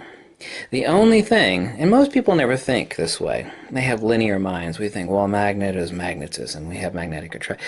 That doesn't mean anything. Descriptions are the playthings of children. Okay? Descriptions are not explanations. So let's take a look at the puppet master behind the puppet show. Here you will see one pole. Here you'll see another pole. You see this bright line right at the center? That is the dielectric inertia plane.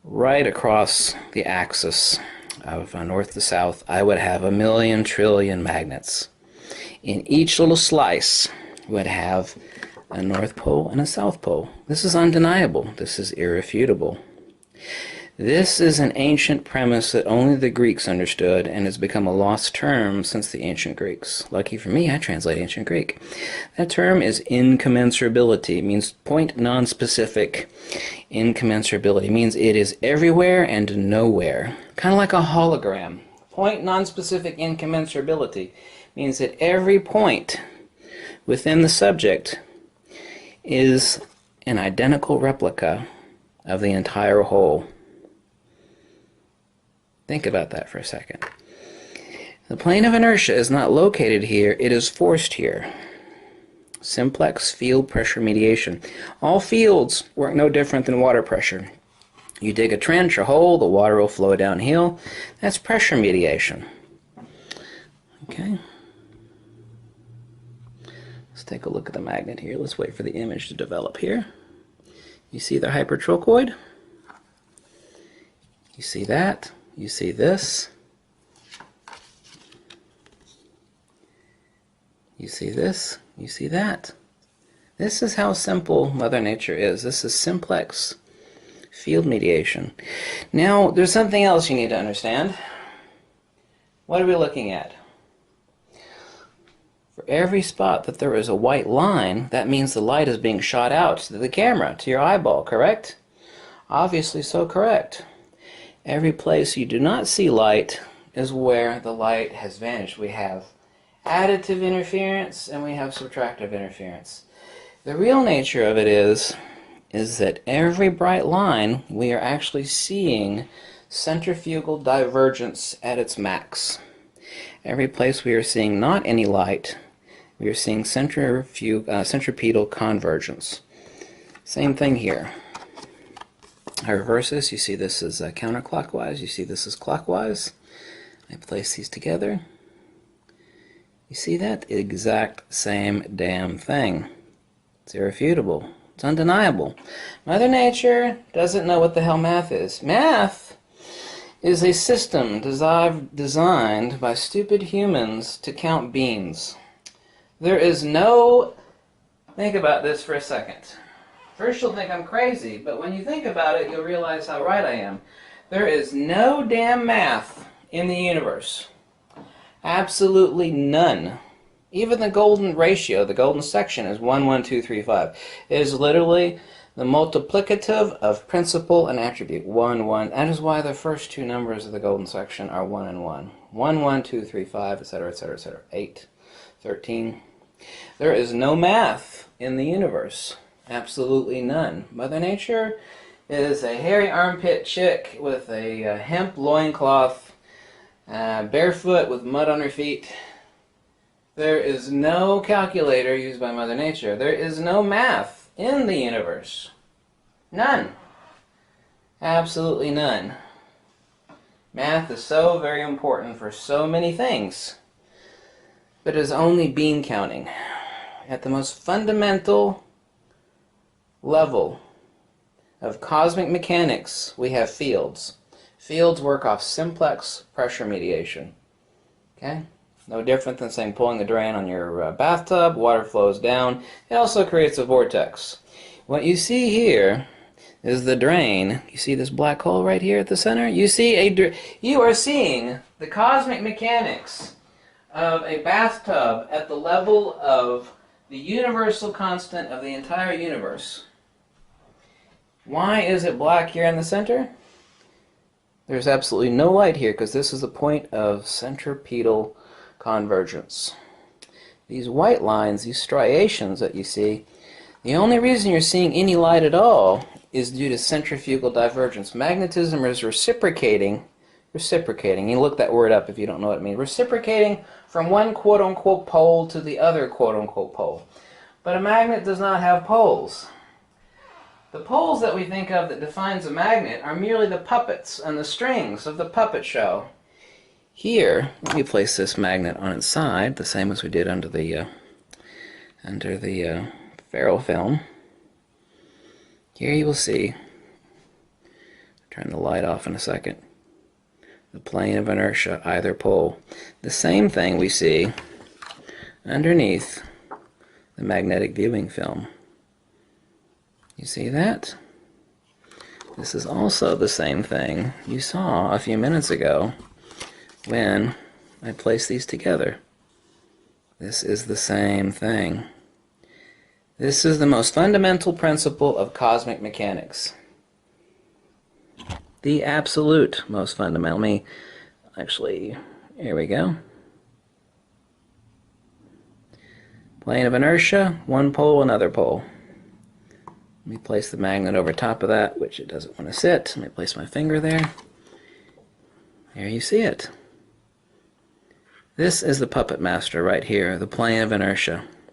By the way, if you place two magnets together, whereas they become one, and you place a Gauss meter between the two, one magnet here, another identical one here, there will be absolutely zero reading on the Gauss meter. At the center of gravity, we ignorantly think there would be most gravity, right? The center of something is where the most of something is, right? No. Mother Nature doesn't work that way.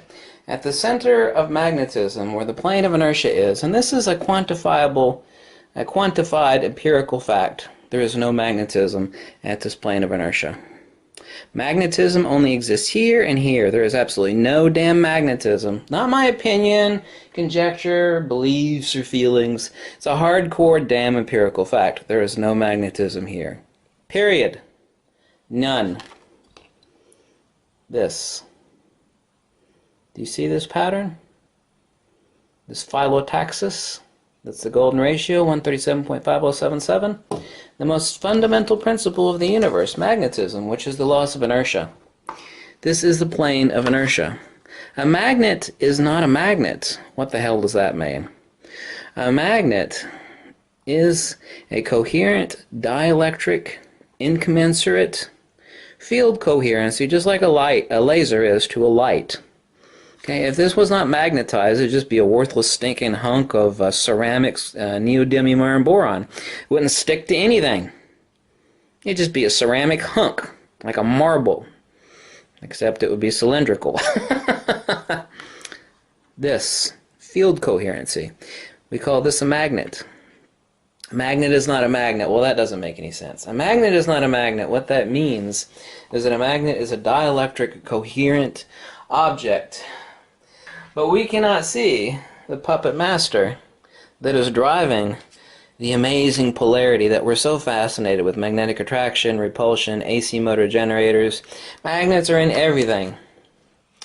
You can consult some of the largest sellers of magnets on Earth. This always shocks people when I tell them this.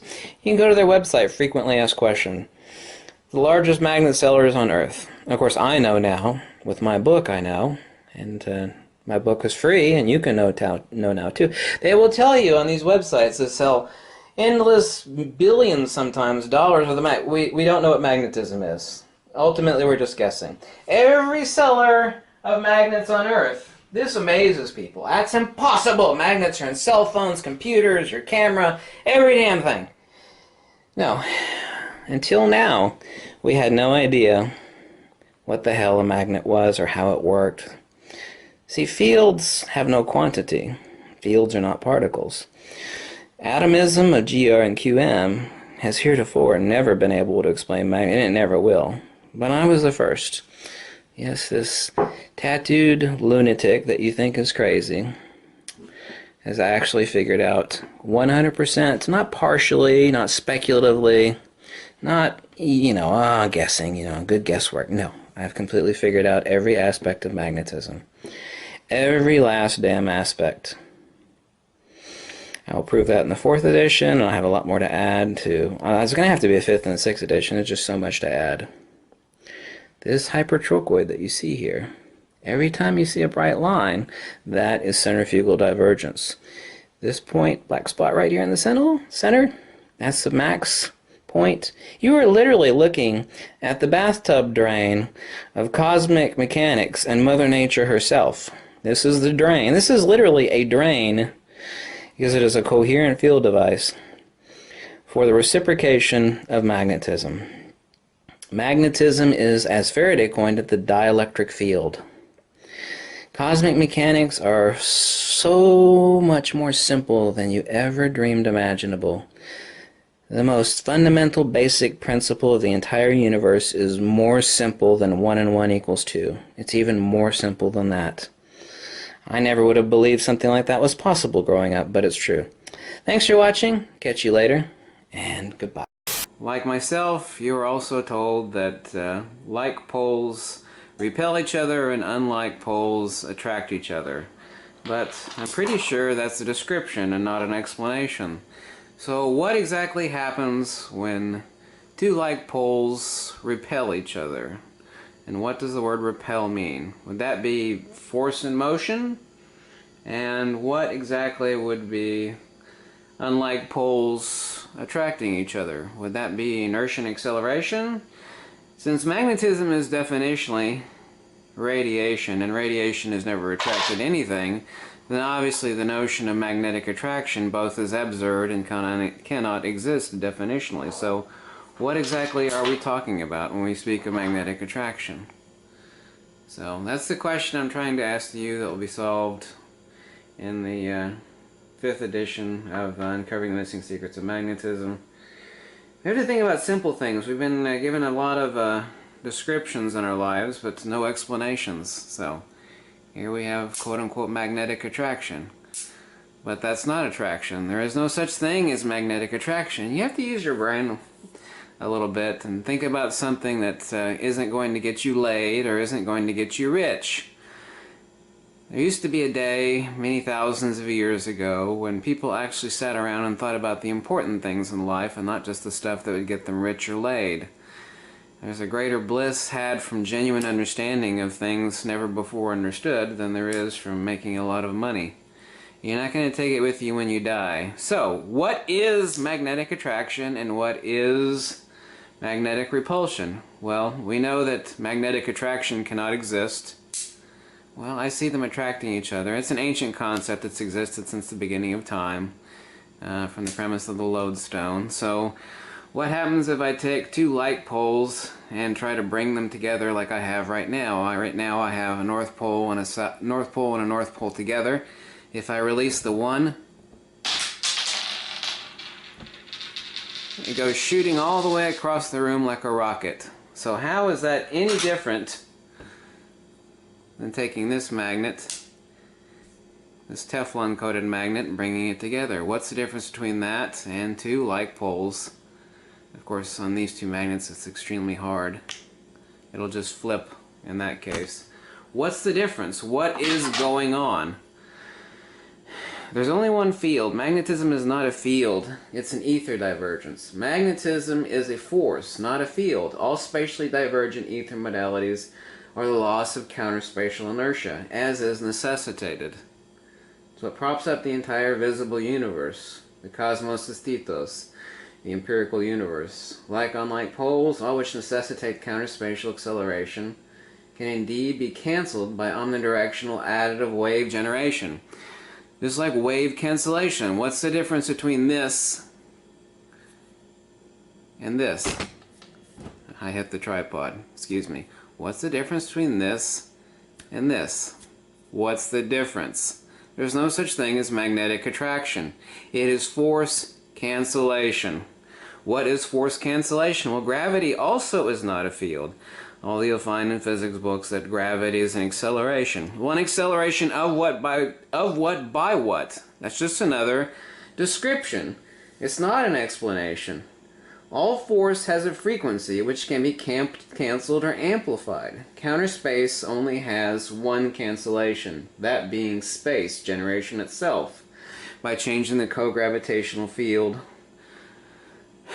as explained by Dr. Olav Defimchenko, although he doesn't explain it. He gives the premise for the co-gravitational field. But my earlier video where I talked about a quote-unquote anti-gravity device, which I did not make a claim that it was anti-gravity, I worked off the premise of changing the co-gravitational field of a coil and one or more magnets, and changing the co-gravitational field, and by God, that device works. It has extremely little power. I won't make a claim that it is an anti-gravity device, but I'll assure you it does work. If you actually have it in your hands, you would feel it. Canceling magnetic forces easily. Canceling a counterspatial inertia requires generation of space. Well, what do you mean generation of space? Well, you saw a second ago where I had like-on-like poles. I had them together, I squeezed them, I let one, and it went shooting across the room. What do you think that is? What do you think that is? We know all about sound cancellation, headphones. What is the cancellation of force? The cancellation of force is a counterspatial sink where force is canceled. Very simply, force cancellation. And this?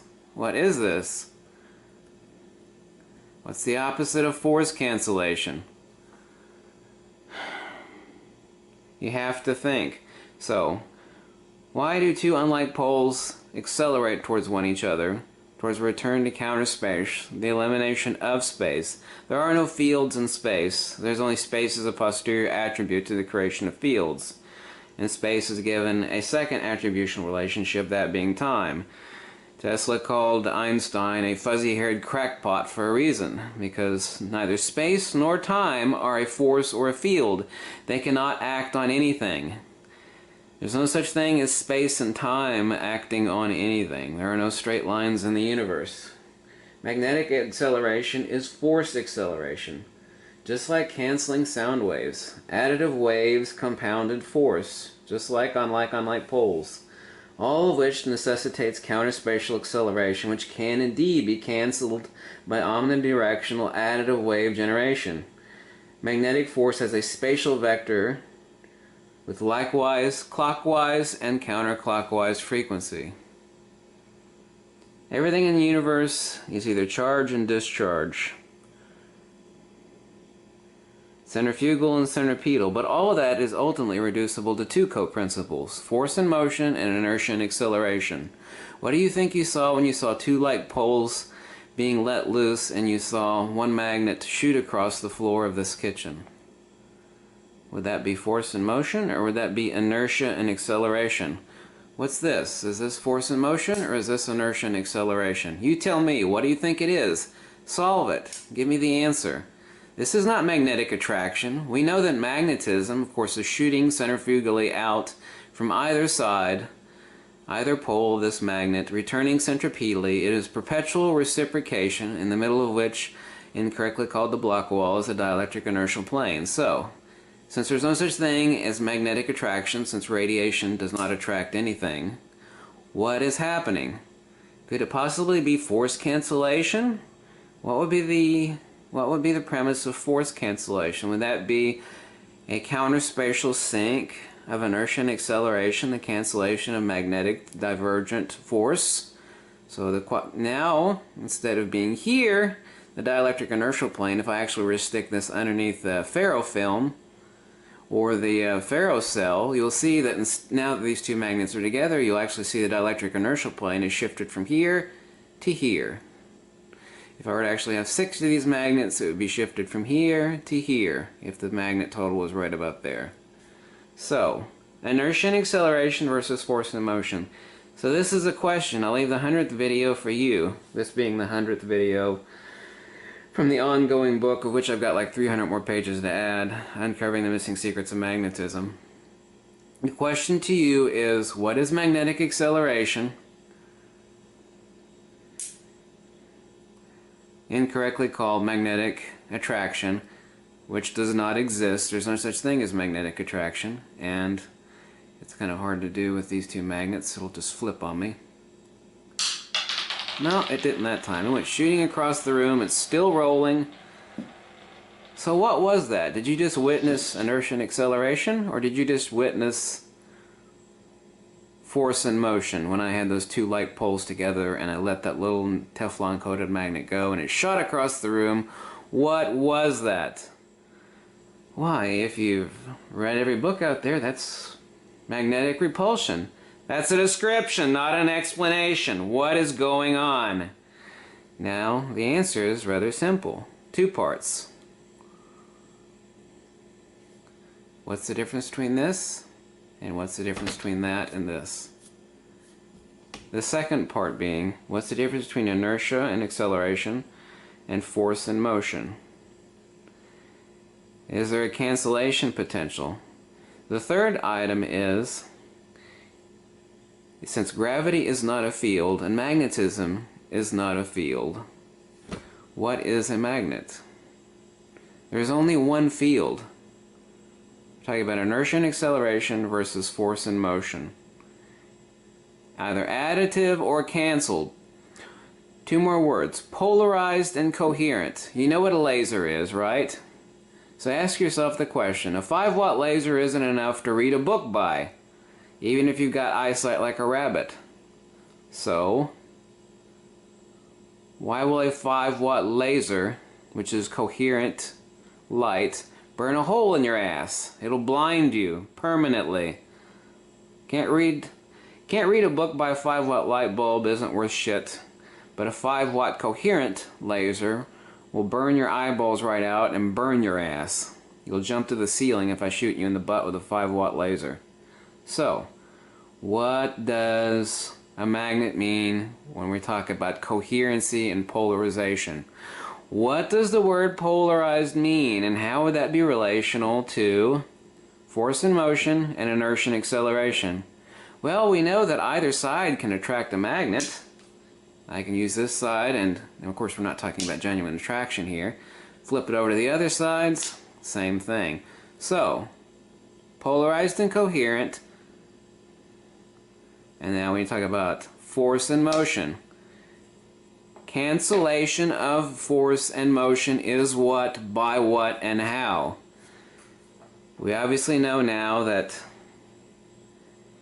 magnetic attraction is bullshit. We know that magnetic repulsion is bullshit. And not only are they descriptions, they're poor descriptions. Canceling magnetic force is easy. Canceling, in the case of gravity, counterspatial inertia, requires generation of space. That's how my little device, which I've actually built a third prototype, which works even better. Cheers, by the way. So very happy. I can't even express it to you.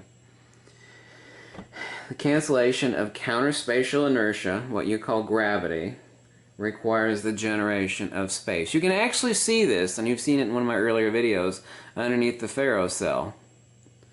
I won't go into more details on that by now. You change the code gravitational field of the falling object. Of course, it's not falling. Well, yeah, it is. It's falling to Earth. No, that's not it.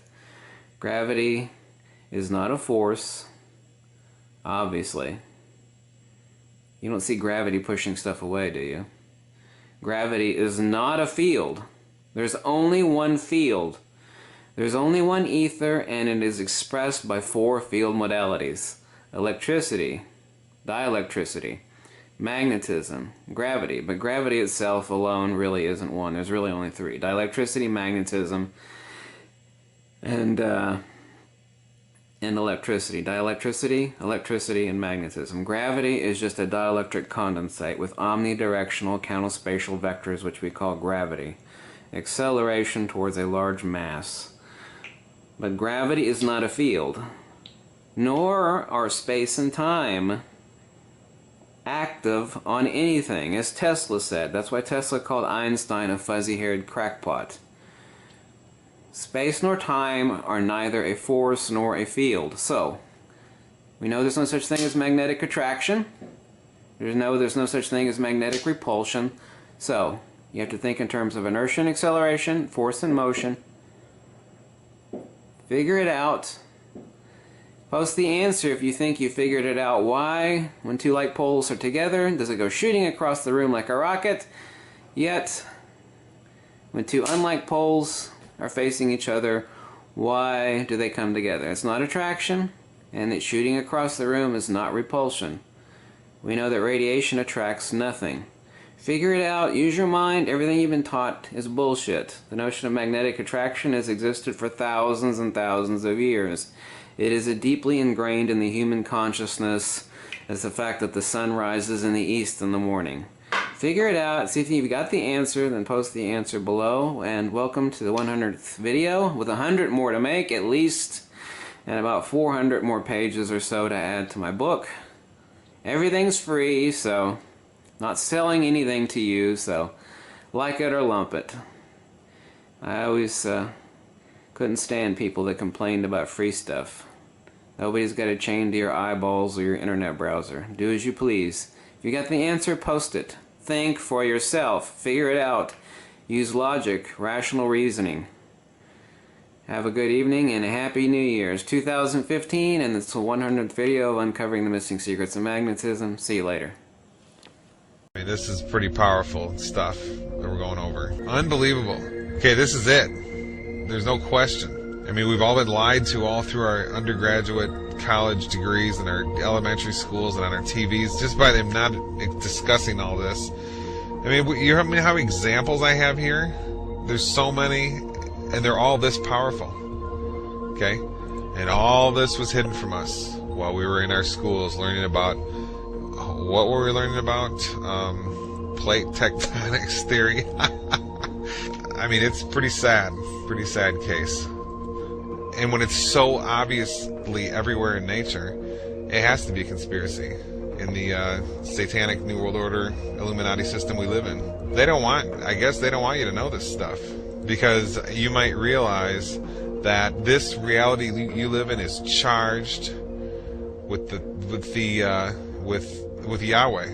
The architect's fingerprint is absolutely everywhere, and it's in you. You are a piece of that fingerprint. And hey, you might realize that your consciousness is also, and that there's no joke in saying you're created in God's image, and you can therefore take part in the power in creation. So if you can drink toxic poison, then why do we